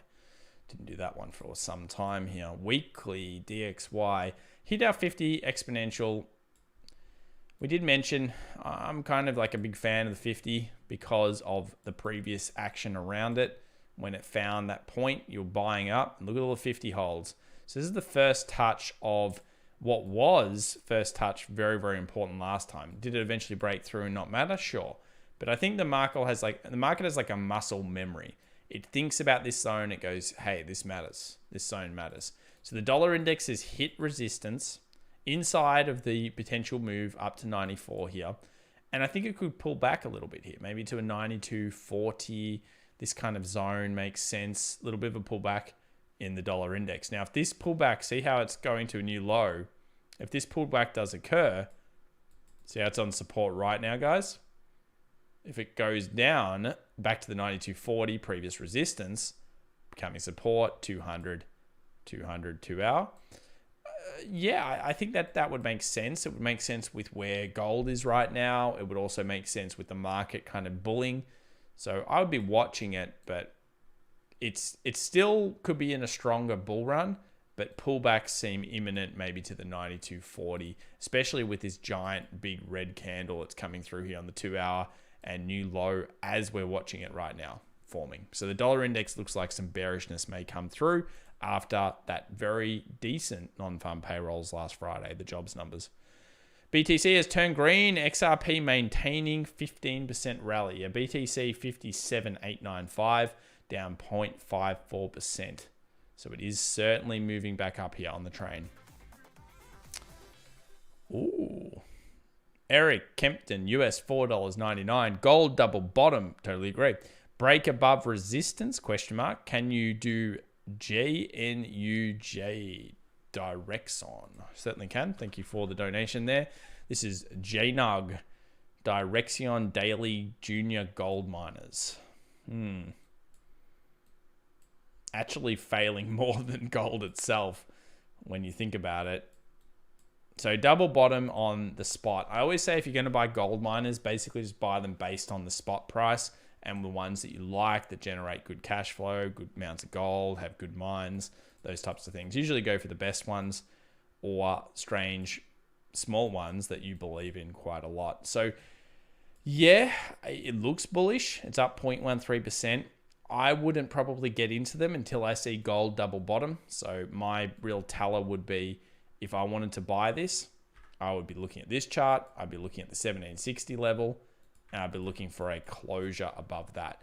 You're not going to miss out on that much with something like the junior gold miners, because at that point, they're probably going to be just around here 90. Don't really, because this is an index, it's 2x, etc., etc. I would be more just like looking at spot, finding when spot breaks, and then picking up JNUJG if that's what you're interested in. There's a little bit of a trend line through these highs, but I wouldn't use it technically. I just would not do that. No. Wrong BTC price, Tom. Your trading view is not refreshing, just like mine. BTC over 58K. Really? What the hell? BitBay. Let me use a different one. Am I using BitBay? Well, that's terrible data. What the hell is that thing? No. We don't like BitBay. We use Coinbase. Oh, no, we won't use that one.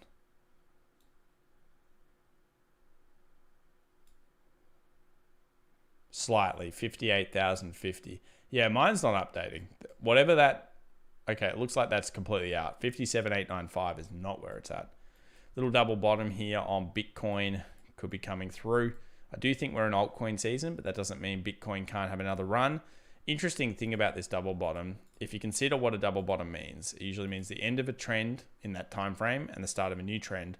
Check out where the target is. Straight into the resistance, guys. It's doing the right thing. It's basically saying we're ready to consolidate some more around the 60. So the double bottom, if it starts moving through, target is 60,000. You know, it's exactly what you want to see from a structure perspective.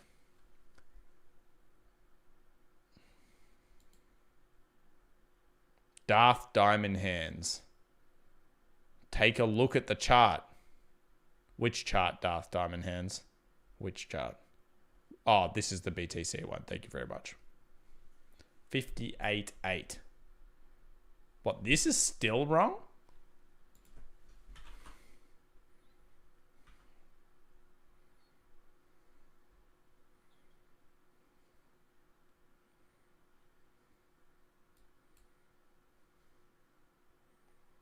Whoa, what's going on here? They're all wrong or something.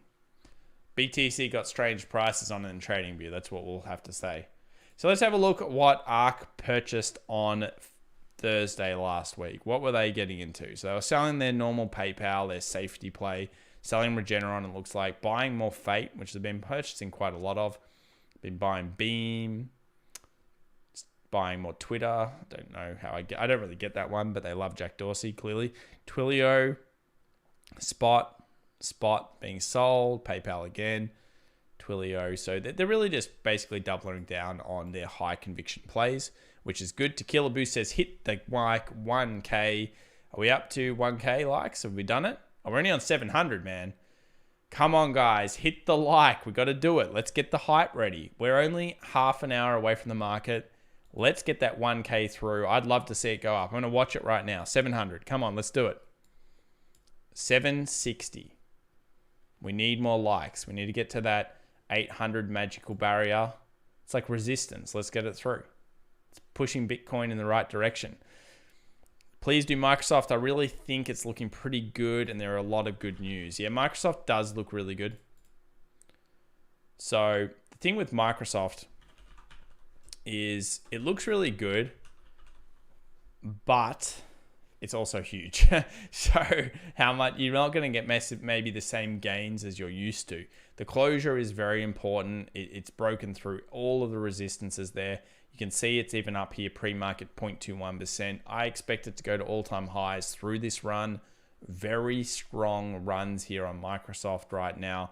Series of higher lows shows that the market never really felt that bearish about the stock. When you compare it to something like Google's in uncharted territory, but it looks very good as well.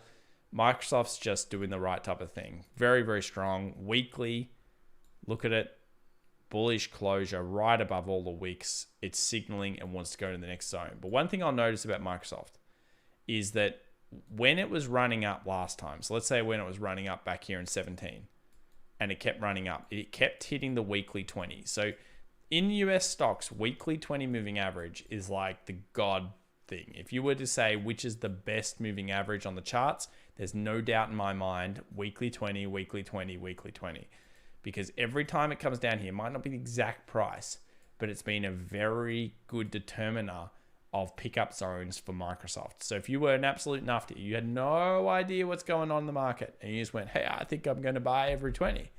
It wouldn't be that bad, would it? Look at the trend that's been going on here. Very strong. So yes, Microsoft looks okay. They've got that Bethesda. They've purchased gaming companies for their Xbox. Xbox is selling pretty well. Generally, people that I know that have that. Do you guys have Xbox or PlayStation? I don't even know what the community likes. Are you an Xbox or a PlayStation fan? Let me know in the community now. How is Facebook up pre-market despite the news? Because that type of news, the market's starting to see beyond that type of stuff now. It used to rocket a lot. Now they go, oh, well, in a few weeks' time, it won't matter. I think it does matter, but yeah, again, I've always been of the opinion to buy those kind of dips. Buy those hideous dips, but there is no dip today on that, so what do you do? Long Win says NNOX going up crazy, like 60%. Yeah, we've checked that one several times. It's because they got their FDA approval, and we covered that a lot. So Xbox, PlayStation, PC Master Race, says Mountain Fortress. I'd only call us a Master Race if you could buy a 3080. Speaking of which, let's have a look at NVIDIA. NVIDIA, 555. Very strong company, been really sitting here for a very long time. Remember, it got here in September last year, and you're actually underneath September prices at this stage in the market. So NVIDIA did the lightning bolt. Check it out. Peak, trough, higher peak. It's a beautiful thing. Not too bad. Yeah, not too bad. I like it a lot. PC and Xbox, says Snoop Doge. Console, laughing face, says Speed Obviously a PC master race there, I would think. I grabbed a Series X and a PS5. Microsoft have super strong position with Game Pass. Agreed, Sean. I'm going to buy an Xbox. Why not? I probably won't play it, but I'll have it. I don't have time for that crap. But I'm probably getting an Xbox this time around. Is Ripple Coin still a good buy? I don't know if it's a good buy. It's probably better coins at the moment at these prices. But yeah, it's okay. It's okay. 75 is the next target. 75 is the next target. Looks like Atari box, says Doggy Zilpun.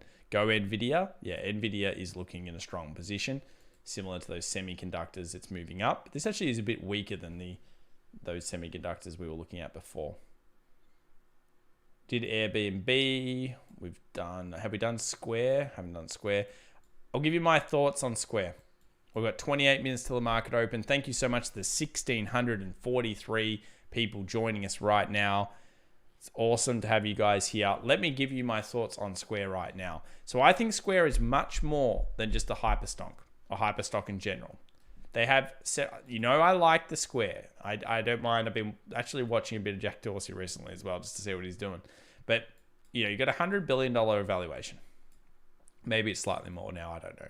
But $100 billion. PayPal is worth $300 billion. Just to put it in perspective.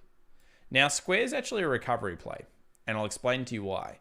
Because when you think about it, people are sleeping on the fact of what's Square's main product. You get your phone that looks crappy like this. This is my tablet, my phone. And then you get a little Square box. There's your little Square. And you effectively take payments. And the thing about Square is what's going to happen. You've got a lot of small businesses that went bust during the pandemic. No doubt. In America, a lot. Here in Australia, plenty as well. There's going to be a lot of startups. New coffee shops are going to open. What are new coffee shops going to select? I would argue they might move on to Square. New businesses are going to use this technology. And as they open up, as they open these things, it's a good chance that happens. And I think that is being underappreciated in the market right now. People go on about Bitcoin price, really affecting Square and everything like that. I think it's more just focus on what's going to happen in the economy. It's a sure thing that people are going to open little businesses. I'm sure many of you out there are considering doing that right now, taking control. So yeah, I quite like the stock from that perspective. I think it's a strong play in the recovery space, as well as their already existing banking license, technology, and everything else they're bringing out. Harry agrees with me. He says Square is disrupting banking, holding a good long-term hold. There we go. Dosey Dotes, not from me. That's what he says. Dosey Dotes, Diamond, joining the Stonk Squad. Thank you so much. Dosey Dotes, appreciate it very much. And welcome to the community. Ashley Pagel says Square is so much more than that. Of course, I'm simplifying it. We could make a dot point and go on half an hour about it. But just remember that is one of the things that is going to be occurring in the recovery play. Because you've got to think about what's the market want. The market wants instant gratification. How does the market get instant gratification? It gets it from earnings.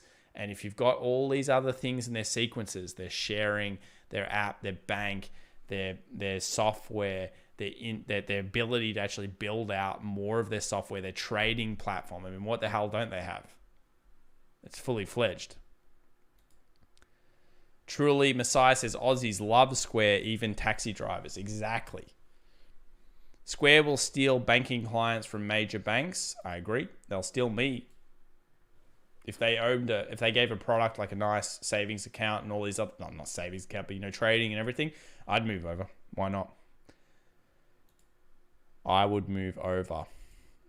Let's check out the market now, guys. We've got 25 minutes. We've got Tesla up 7.23%. Woo! It is amazing here.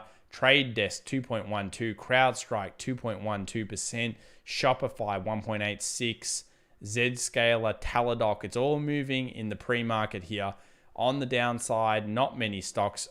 This is of the 23 billion plus in the screener. Let's have a look here at the watch list. Pre-market AMC actually up 6.3%. It's been a wild swing morning for that one. And GameStop down 8.15%. That's just a lot better. 175 pre. So that's a lot better. Above the 173. Very good. Above that 173. It needs to hold today with that kind of negative news that came out. Square trading at 233 in the pre here. Let's have a look at this one. Actually, that won't show up on my screen. Just remember, anyone that's joining us for the first time here, always bring up this chart. Might as well talk about it quickly. This is the average returns here from 1928 to 2021 for the stock market, the S&P 500. You'll notice that April is notoriously a good month. It's pretty green. It's pretty good. And we've got a lot of strong breakouts occurring here.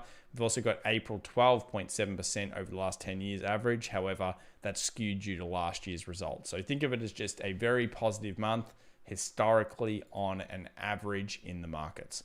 IWM, this is a Russell 2000. The small cap companies is looking bullish.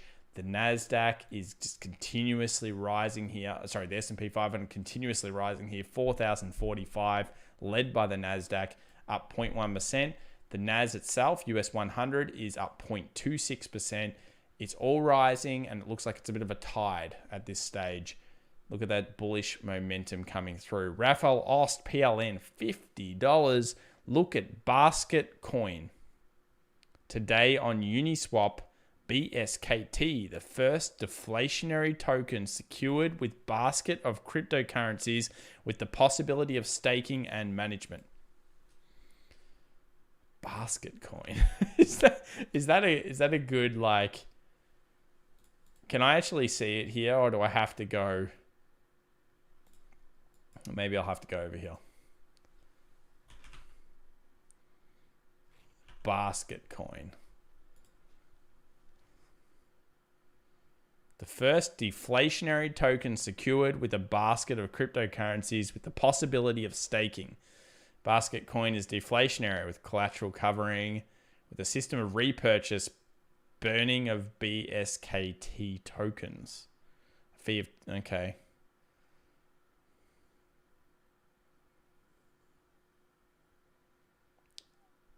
All right.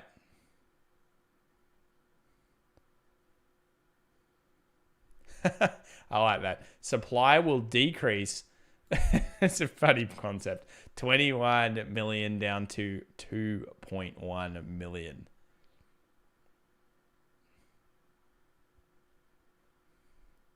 Maybe the market will like this kind of thing. It's funny, the idea of a shrinking amount of supply.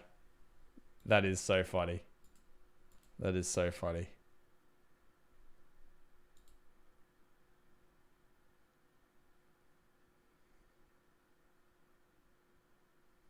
Harry says, how banks set to open strong. How long can that continue for? Not that much longer. You would think they'd have to get out of it. Max P NNOX is up 65%. Yes, it is. Yes, it is. Raffle, what do I think about that type of thing? It probably gets people excited. I'm not sure if it's a coin for me, but maybe someone in the community likes that. Thank you for the donation. Look, deflationary token, you know that scarcity is a very common concept that people think of in crypto. But I'll tell you this right now. In the next cycle, I'm actually probably mostly a BTC person. I don't know if I'll be going, I might have a little bit of alt action, but I'll be mostly a BTC person next cycle. That's the way I see it. Did Kanye buy Spotify? Not sure, Snoop Doge. He probably does own it through some kind of like secret like investment company. Let's check around the markets here. VIX 2.37%, up 17.7, still well down on where it has been. Gold, of course, showing that double bottom. Oil basically sitting around chugging through this little bit of a range here. So that's been pretty boring while we're not talking about it. US 100, I'm sure many people are interested in the Nasdaq right now. We have a pretty big target on this one, sitting at around that 14,400-ish level, maybe just a little bit lower. This is based on the inverse head and shoulders that we've seen here. We've got our left shoulder, head, right shoulder, closure break, and you can see the power of the market coming through today on this one. So lots of strength here in the market, specifically the Nasdaq. I believe that will lead the way, and never sleep on this, guys. We call it the channels trend line, because I probably make every second thumbnail talking about this, but this is the S&P 500, the channels, your trend line. And it has been very solid at picking resistance in the market, or at least a point when the market's stagnating. So if we continue to move up in strength here, we could be looking at maybe a 41.33. Remember, the slower it achieves the trend line, it's a trend line. So it keeps following it up. Could be 4,200. We don't know how it's going to trade up there, but the trend line's been very good. Worthwhile as a technical analyst having this on the chart and checking it out. Welcome to the 1,635 viewers as well. Remember, we do have a 50% off sale on our course that's down in the links below in the description. If you're interested in that, I believe it ends today. And I think also we're giving away a free stock trading masterclass with it. That's thanks to my my trading partner. He went and kind of blabbed about it on Friday. So if you're interested in doing that, definitely check it out. And if you want access to it, just let me know when you join the Discord community as well, and I'll activate that one for you. So it's pretty damn good. Steve-O says, hey man, I love your solid TA. Thank you very much, Steve-O. We don't change here. We stick to the consistency. Jake Bean, US $5. Is BTC an ascending triangle on the daily, your opinion? Well, I think we're a bit behind here from BTC's price action. So to get an ascending triangle, what you're basically saying is you've got like a series of troughs coming through. And look, I'll tell you what my thoughts are. Usually an ascending triangle, it'll look like this. I'll just draw one so you can see what a proper one looks like. So it'll come up, it'll come down, it'll come up, it'll come down, it'll come up, it'll come down, of course. I like to have like usually 1, 2, 3 kind of downs. And then I'll give you a top tip. And I have this in the course. It's all about the first 2/3 of the triangle, all right? Never let it get into the last third. You don't want it in here. Ideally, it breaks around 2/3 of the way through. Because remember, if a market holds in here, what can happen? Then you come back and you try to explain to your friend, hey, I took this trade because it was an ascending triangle. That don't look like no ascending triangle. The idea of it is a series of higher lows coming through into a similar peak. Okay, so it's a similar peak or same peak, higher lows. I don't think it's an ascending triangle so much because you would really need similar peaks. We don't really have a similar peak here. No similar peak, no similar peak, no similar peak. That's just my opinion, Jake. But that's the way that I look at it. Try to keep it as consistent as you want. Now, 60,000, is it a key resistance? Hell yeah, it is. Look at this. Look at how many times it rejects Bitcoin. Rejection, rejection, rejection, rejection. It's across the board rejection there on the markets. And by the way, the market's only 15 minutes away. Whew, it's going to be good. 60,000 is the key. You've got some rejection coming through here now. And we've got a very small time frame, probably 2 hour, little double bottom that could be achieved. So if you get through, resistance up here, closure above, movement onto the 60,000. So that's what I'm looking at. Past 60,000, a close above that is going to be very bullish. I expect something like 65 to 70,000. It may sound insane, but that's actually the next levels for the market. So Jake, thank you so much. Mbal, welcome to the Stonk Squad. Thank you, Mbal. Appreciate that. Welcome for joining the community. Enjoy the emoticons and everything else, the amenities in the community. I wish you all the best of luck today. BTC back to 56K, says Bloodbath McGrath.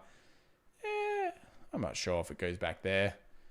GM has gone under before. They hold their unicorn workforce as hostages for government bailouts.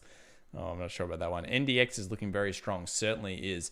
So the pre-market here, we've done the rounds. Let's just quickly go through it again. AMC up a little bit. Tilray, Palantir 3.12. Maybe we'll look at Palantir in a few moments. GameStop down 10% because they're issuing shares, which is crap for anyone that's holding that. Tesla up 7, strong numbers coming out there. 700 probably going to be met by buying pressure today. I wouldn't be surprised to see it go down to 700 and then possibly move up. Align Technology 4.47, Zscaler 2.41, ASML 2.29, and Teladoc 2.11. Remember, if you're enjoying the streams, Click that like button. Let's get it. Have we got 1,000? Oh, guys, do it now. Come on, do it now. 9:58. I need the hype. For some reason, I'm really tired today. I don't know why. But 9:58. Let's get to 1,000. We just need to get there. At FX Evolution, will Tesla probably go up and down at the end of the day? I think it'll go down to like 700. Find some buying pressure probably around there. Makes sense. And then move up to maybe 720. That seems to be what's going on here. As long as today's session can hold. John S says, Tom, you need to start making timestamps or something like you did Bitcoin like 20 times today, man. Yeah, I know, John S, but what can I do? I need someone to do it for me. I can't create. Is that a thing you can do while you're live? You can stamp it. I wonder if you could do that. Let's see. It looks like we got to 1,000. Oh, you guys, you're the best. So you know what's up. Let's do it. All right, guys. It's intro time. It's time for the hype. 13 minutes away from the price for the market action. Let's blew some people's ears off. But I'm ready. Are you ready for Monday morning stock market action? Tesla up 7%. Altcoin season underway. Ethereum above 2,000. Cheers. Polkadot to the moon. I don't know what else is going on, but there's things. NNOX. Whoa. Congratulations to people out there.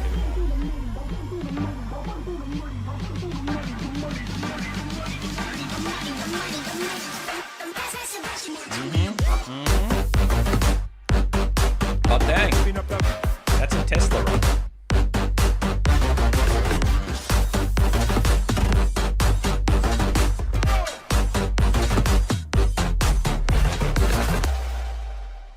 Whew. I feel reinvigorated.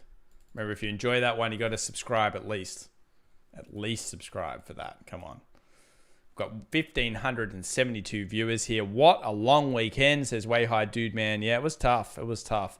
GME, AMC, says Brandon Richard. We've checked it out. We've checked out GME and AMC. I wonder when this stuff will eventually kind of slow down. I mean, oh my God, Sundial back on the charts. Sorry, guys. Let me just get this back to dark. Damn it, Sundial. You just won't go away. We'll move AMC onto that chart because we can't be having Sundial sitting there. AMC, two strong little rejections here on the 4 hour. Look at the little 4 hour. $10 coming through. I'll just set these up for us all. 28s because we probably need to be able to see them. I'm using TradingView, by the way. If you're interested in checking out TradingView, click the link in the description below. Best TAS software out there, there's no doubt. And if you do end up moving to the paid stuff, it helps the community out as well by clicking that link. It doesn't cost you anymore though. So US 500, probably still not what I'm watching. Let's get that NAS on the chart. Yes, 13,442. We'll watch Tesla into the open. I don't think there's anything better to watch than Tesla right now. It's going to be the most interesting open probably because of the strong pre-market action and the fact that we know Wall Street like moving it around. So 700 will be where I expect lines to be purchased, and 720 is going to be the daily resistance, I would think. So around that 720, strong breakout past 720 today would be phenomenal. And you're just really looking for a 700 plus hold. That's going to be a nice bullish kind of momentum there. Tom, draw a spring under ADA. Yeah, they're not springs, they're fences. Says Q, got to draw the fence under ADA. Let's chuck it down right now. Yeah, we can do that. I feel good. I feel good about ADA. Let's get the damn fence underneath it. Look at that 1 hour. Yes. All right, so we're going to draw the fence. It's going to be long lasting. There it is. We're putting it down. Fence is down. I'm in production right now with someone that knows out there. We've got the fence t-shirt coming because it's a legitimate strategy, guys. I'm telling you. Drawing fences and drawing little doodles and stuff underneath. When you draw little people holding up the market. This is what I used to do when I was sitting there looking at structure and I was bored. And I used to day trade all the time. And when I was doing that, I'd sit there and draw little people and it's bad. It's bad. You get pretty bored. But the spring is under, as you call it, or the fence. ADA, we've put it down. Damn 116, we're not getting underneath. Okay, we're going to hold up. It's Mario Spring, so it bounces back up. That's right. We're going to hold above that 116.50. Hell yeah. 9 minutes off the open here. Thank you so much to all the donations. Lol, I'm too dumb. I didn't know that. Haha. Thanks a lot. Rewind. Fudu, please, Tom. Watch NNOX. Well, I'd have to give away AMC or GME for doing that because I'm not giving away these two. So which one? Christopher Cardano says PLTR, please. All right. I'm so mean to you PLTR guys. I should give you more love. It's not a bad company. It's not a bad company. It's maybe not the best price in the world, but it's not a bad company. So 23.81. Here we are. We're trying to get above. Now, I will be excited. Well, actually, I'm actually kind of excited for you already. Look at this. 2 hour. This is technicals. It's working. It's working. Support, support, resistance, broke through, came back, tested. Let's get a new high. Get past the nasty 24 zone. And then we can move towards our power play of 26. And then you still know that I'm big on the 28-30 area being kind of like consolidatory resistance, take profiting. So yeah, that's a great movement. And especially if it holds today and if it makes a new high, thumbs up from me. That would be very, very cool. I love seeing FDA approval stocks trade, says Kevin. That's true. They are crazy. Give up GME and you will have a mutiny on your hands, says Darth Sidious. Kevin says, Tom is a real artist. I am. I know how to draw the pictures, the stick figures. I never really went past that. But yeah, we are 7 minutes away from open here. William M, US $2. Tom, is Matic a symmetrical triangle? Let's check out Matic now. PLTR looks okay on the charts. There's nothing wrong with it at this stage. Looking good. Matic, is it a symmetrical triangle? Let's go the 4 hour. Probably not. Because you do have like some level of support. Let me just change these damn things to yellow so they're easier to see. There we go. There's no real topping that I'm seeing here. So let's go to the 8 hour. So the thing with a symmetrical triangle is you really want to see the peaks. So these peaks up here coming through equally. Now, if I go through the bodies, even the bodies I can't line up correctly. You're kind of like lying to yourself. You're like, oh, I drew that. And yeah, you might say, oh, that makes sense, Tom. But it doesn't. You know, it's not really making sense with the market. So I think that you need to think about where our peaks, where our resistances.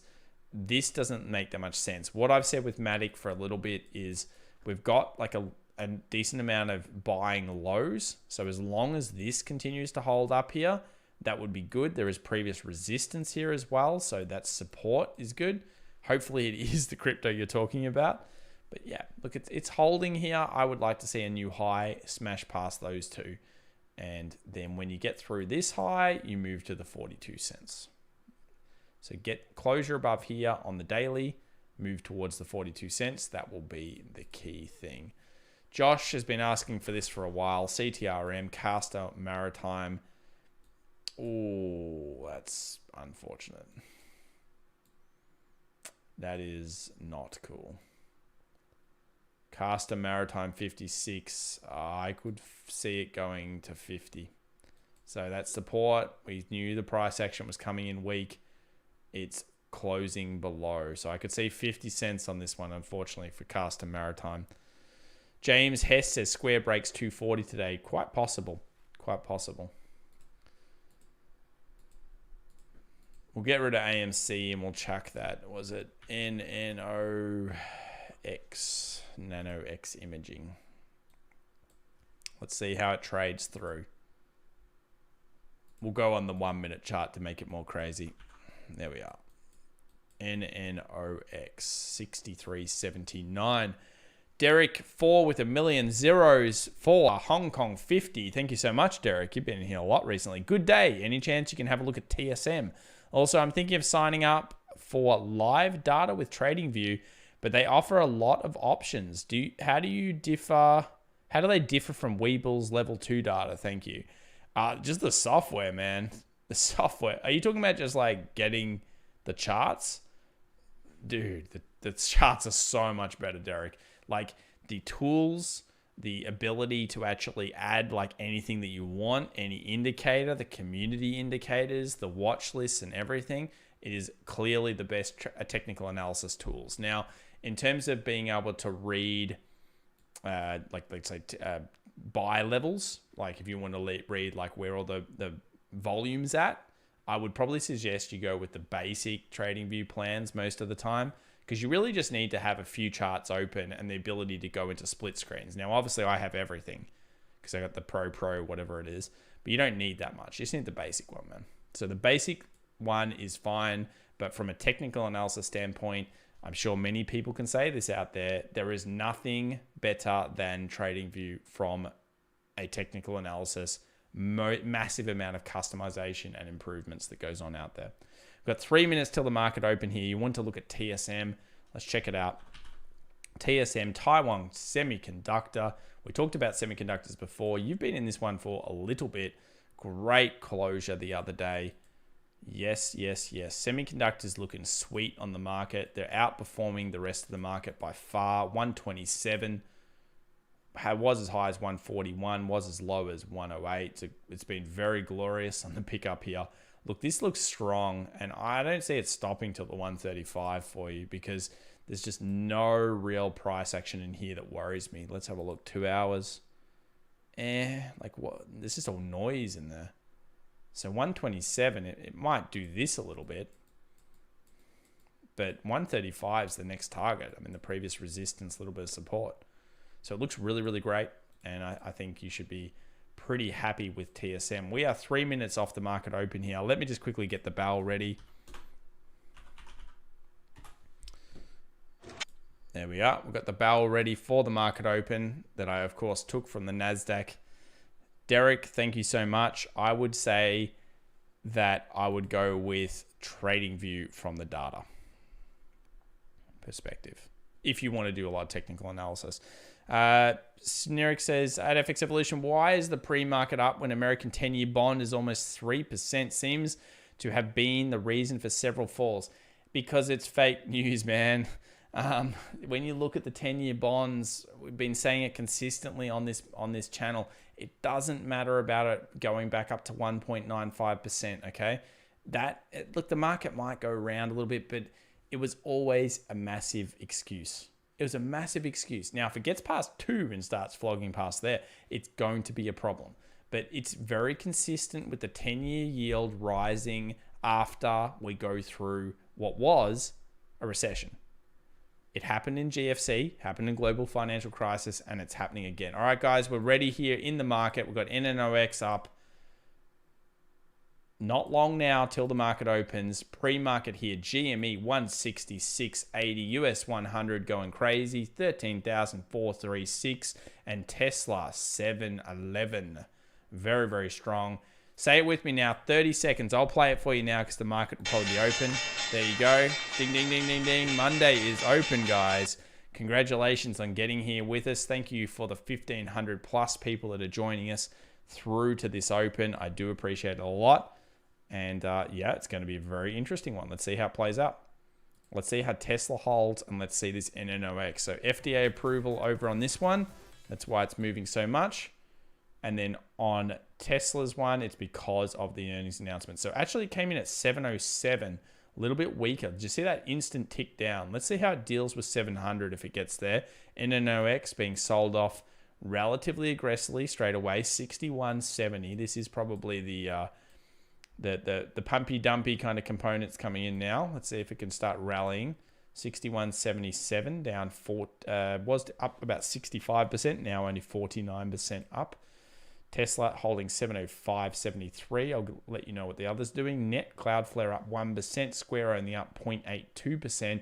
TDOC up 1.92%. Now 1.6%. Airbnb up 1%. TAP up 0.87%. Apple up 0.7%. So some interesting numbers coming through. Let's check it out on the percentage changes for the big caps. Tesla leading. Zillow, Spotify also doing well. I'm not sure, maybe Kanye is involved in Spotify, who knows. Boeing, 1.52%. Another one that's been good. Semiconductors. Look, they're all at the top here. Lots and lots of semiconductors. Go to the watch lists. Look at the percentage changes. AMC holding a 5.35%. Palantir 2.43%. Bit weaker than it was. Churchill Capital, Cost, Tilray, and GameStop down 10. GameStop down 10. NNOX is now rallying. And I want to watch Tesla on the 1 minute chart here to see how it interacts with the 700 zone, because I think it's going for it now. 701.50. Let's see how it holds the 700. Workhorse to the moon, someone says. Really? It's moving? GDX is moving? Is that true? Andrew says GDX. Oil moves with the dollar, so yep. Okay. Up and down and all around in the pre-market. Coming into the real market. Tesla now battling with 702. Guillermo Sanchez, US $2. MNKD and Adam, thank you. We'll check both those out in just a few moments.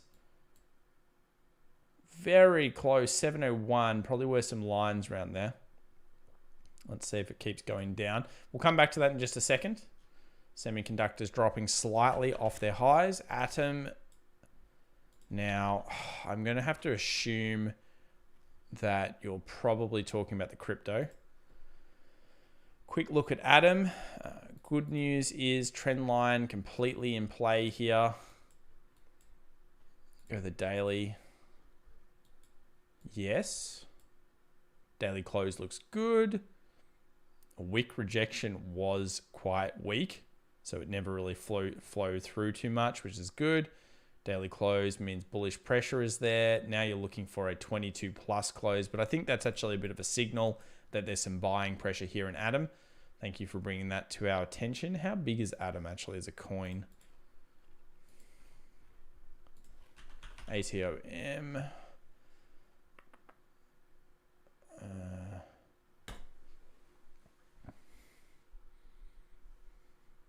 Is this the one? Maybe I got the wrong coin. Oh. Either way, that's what we thought about it. MNKD, Mankind Corporation. I guess you weren't talking about crypto before then. Yeah, that's double bottom, man. Nice. Straight up double bottom. Bottom, bottom, closure above, clear closure above. That usually signals there's the end of the downtrend and the start of a new trend. Direction, is it proofing? Pretty damn close to proofing to the $5 mark. So yeah, look, 510-ish is probably the resistance period for this. It could pull back here a little bit. Fine buying pressure around 405. But that's a straight up double bottom there on that one. Thank you for the donation. And ATOM, I assume you're talking about this stock. Double bottom here, smaller time frame than the 4 hour. Resistance at 28. Looks to be looking for that. I would expect it to move towards the 28 over the next couple of days. If it breaks past the 28, you've got a bigger pattern in play, and then that's going to predict probably to something like 36. Levels to watch for 32, 36, and 28 on that one. Thank you so much for the $2 donation. Weird. 3 indexes up, all up 0.9%. I'm not sure what you're talking about there, Harry, but we've got 0.1% up. US 500. We've got 0.26%, 26% up on the others. Apple contesting with this downward trend line.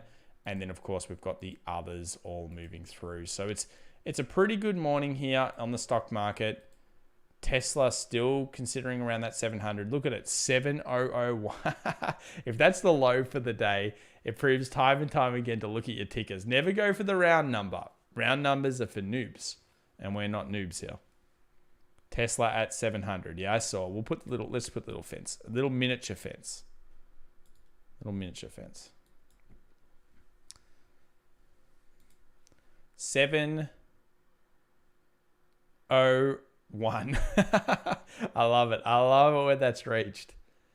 Now it's already up to 703.56. All right, guys. Well, look, please smash the like button if you enjoy these streams. Of course, we'll be coming at you tomorrow. Things are looking okay in the markets.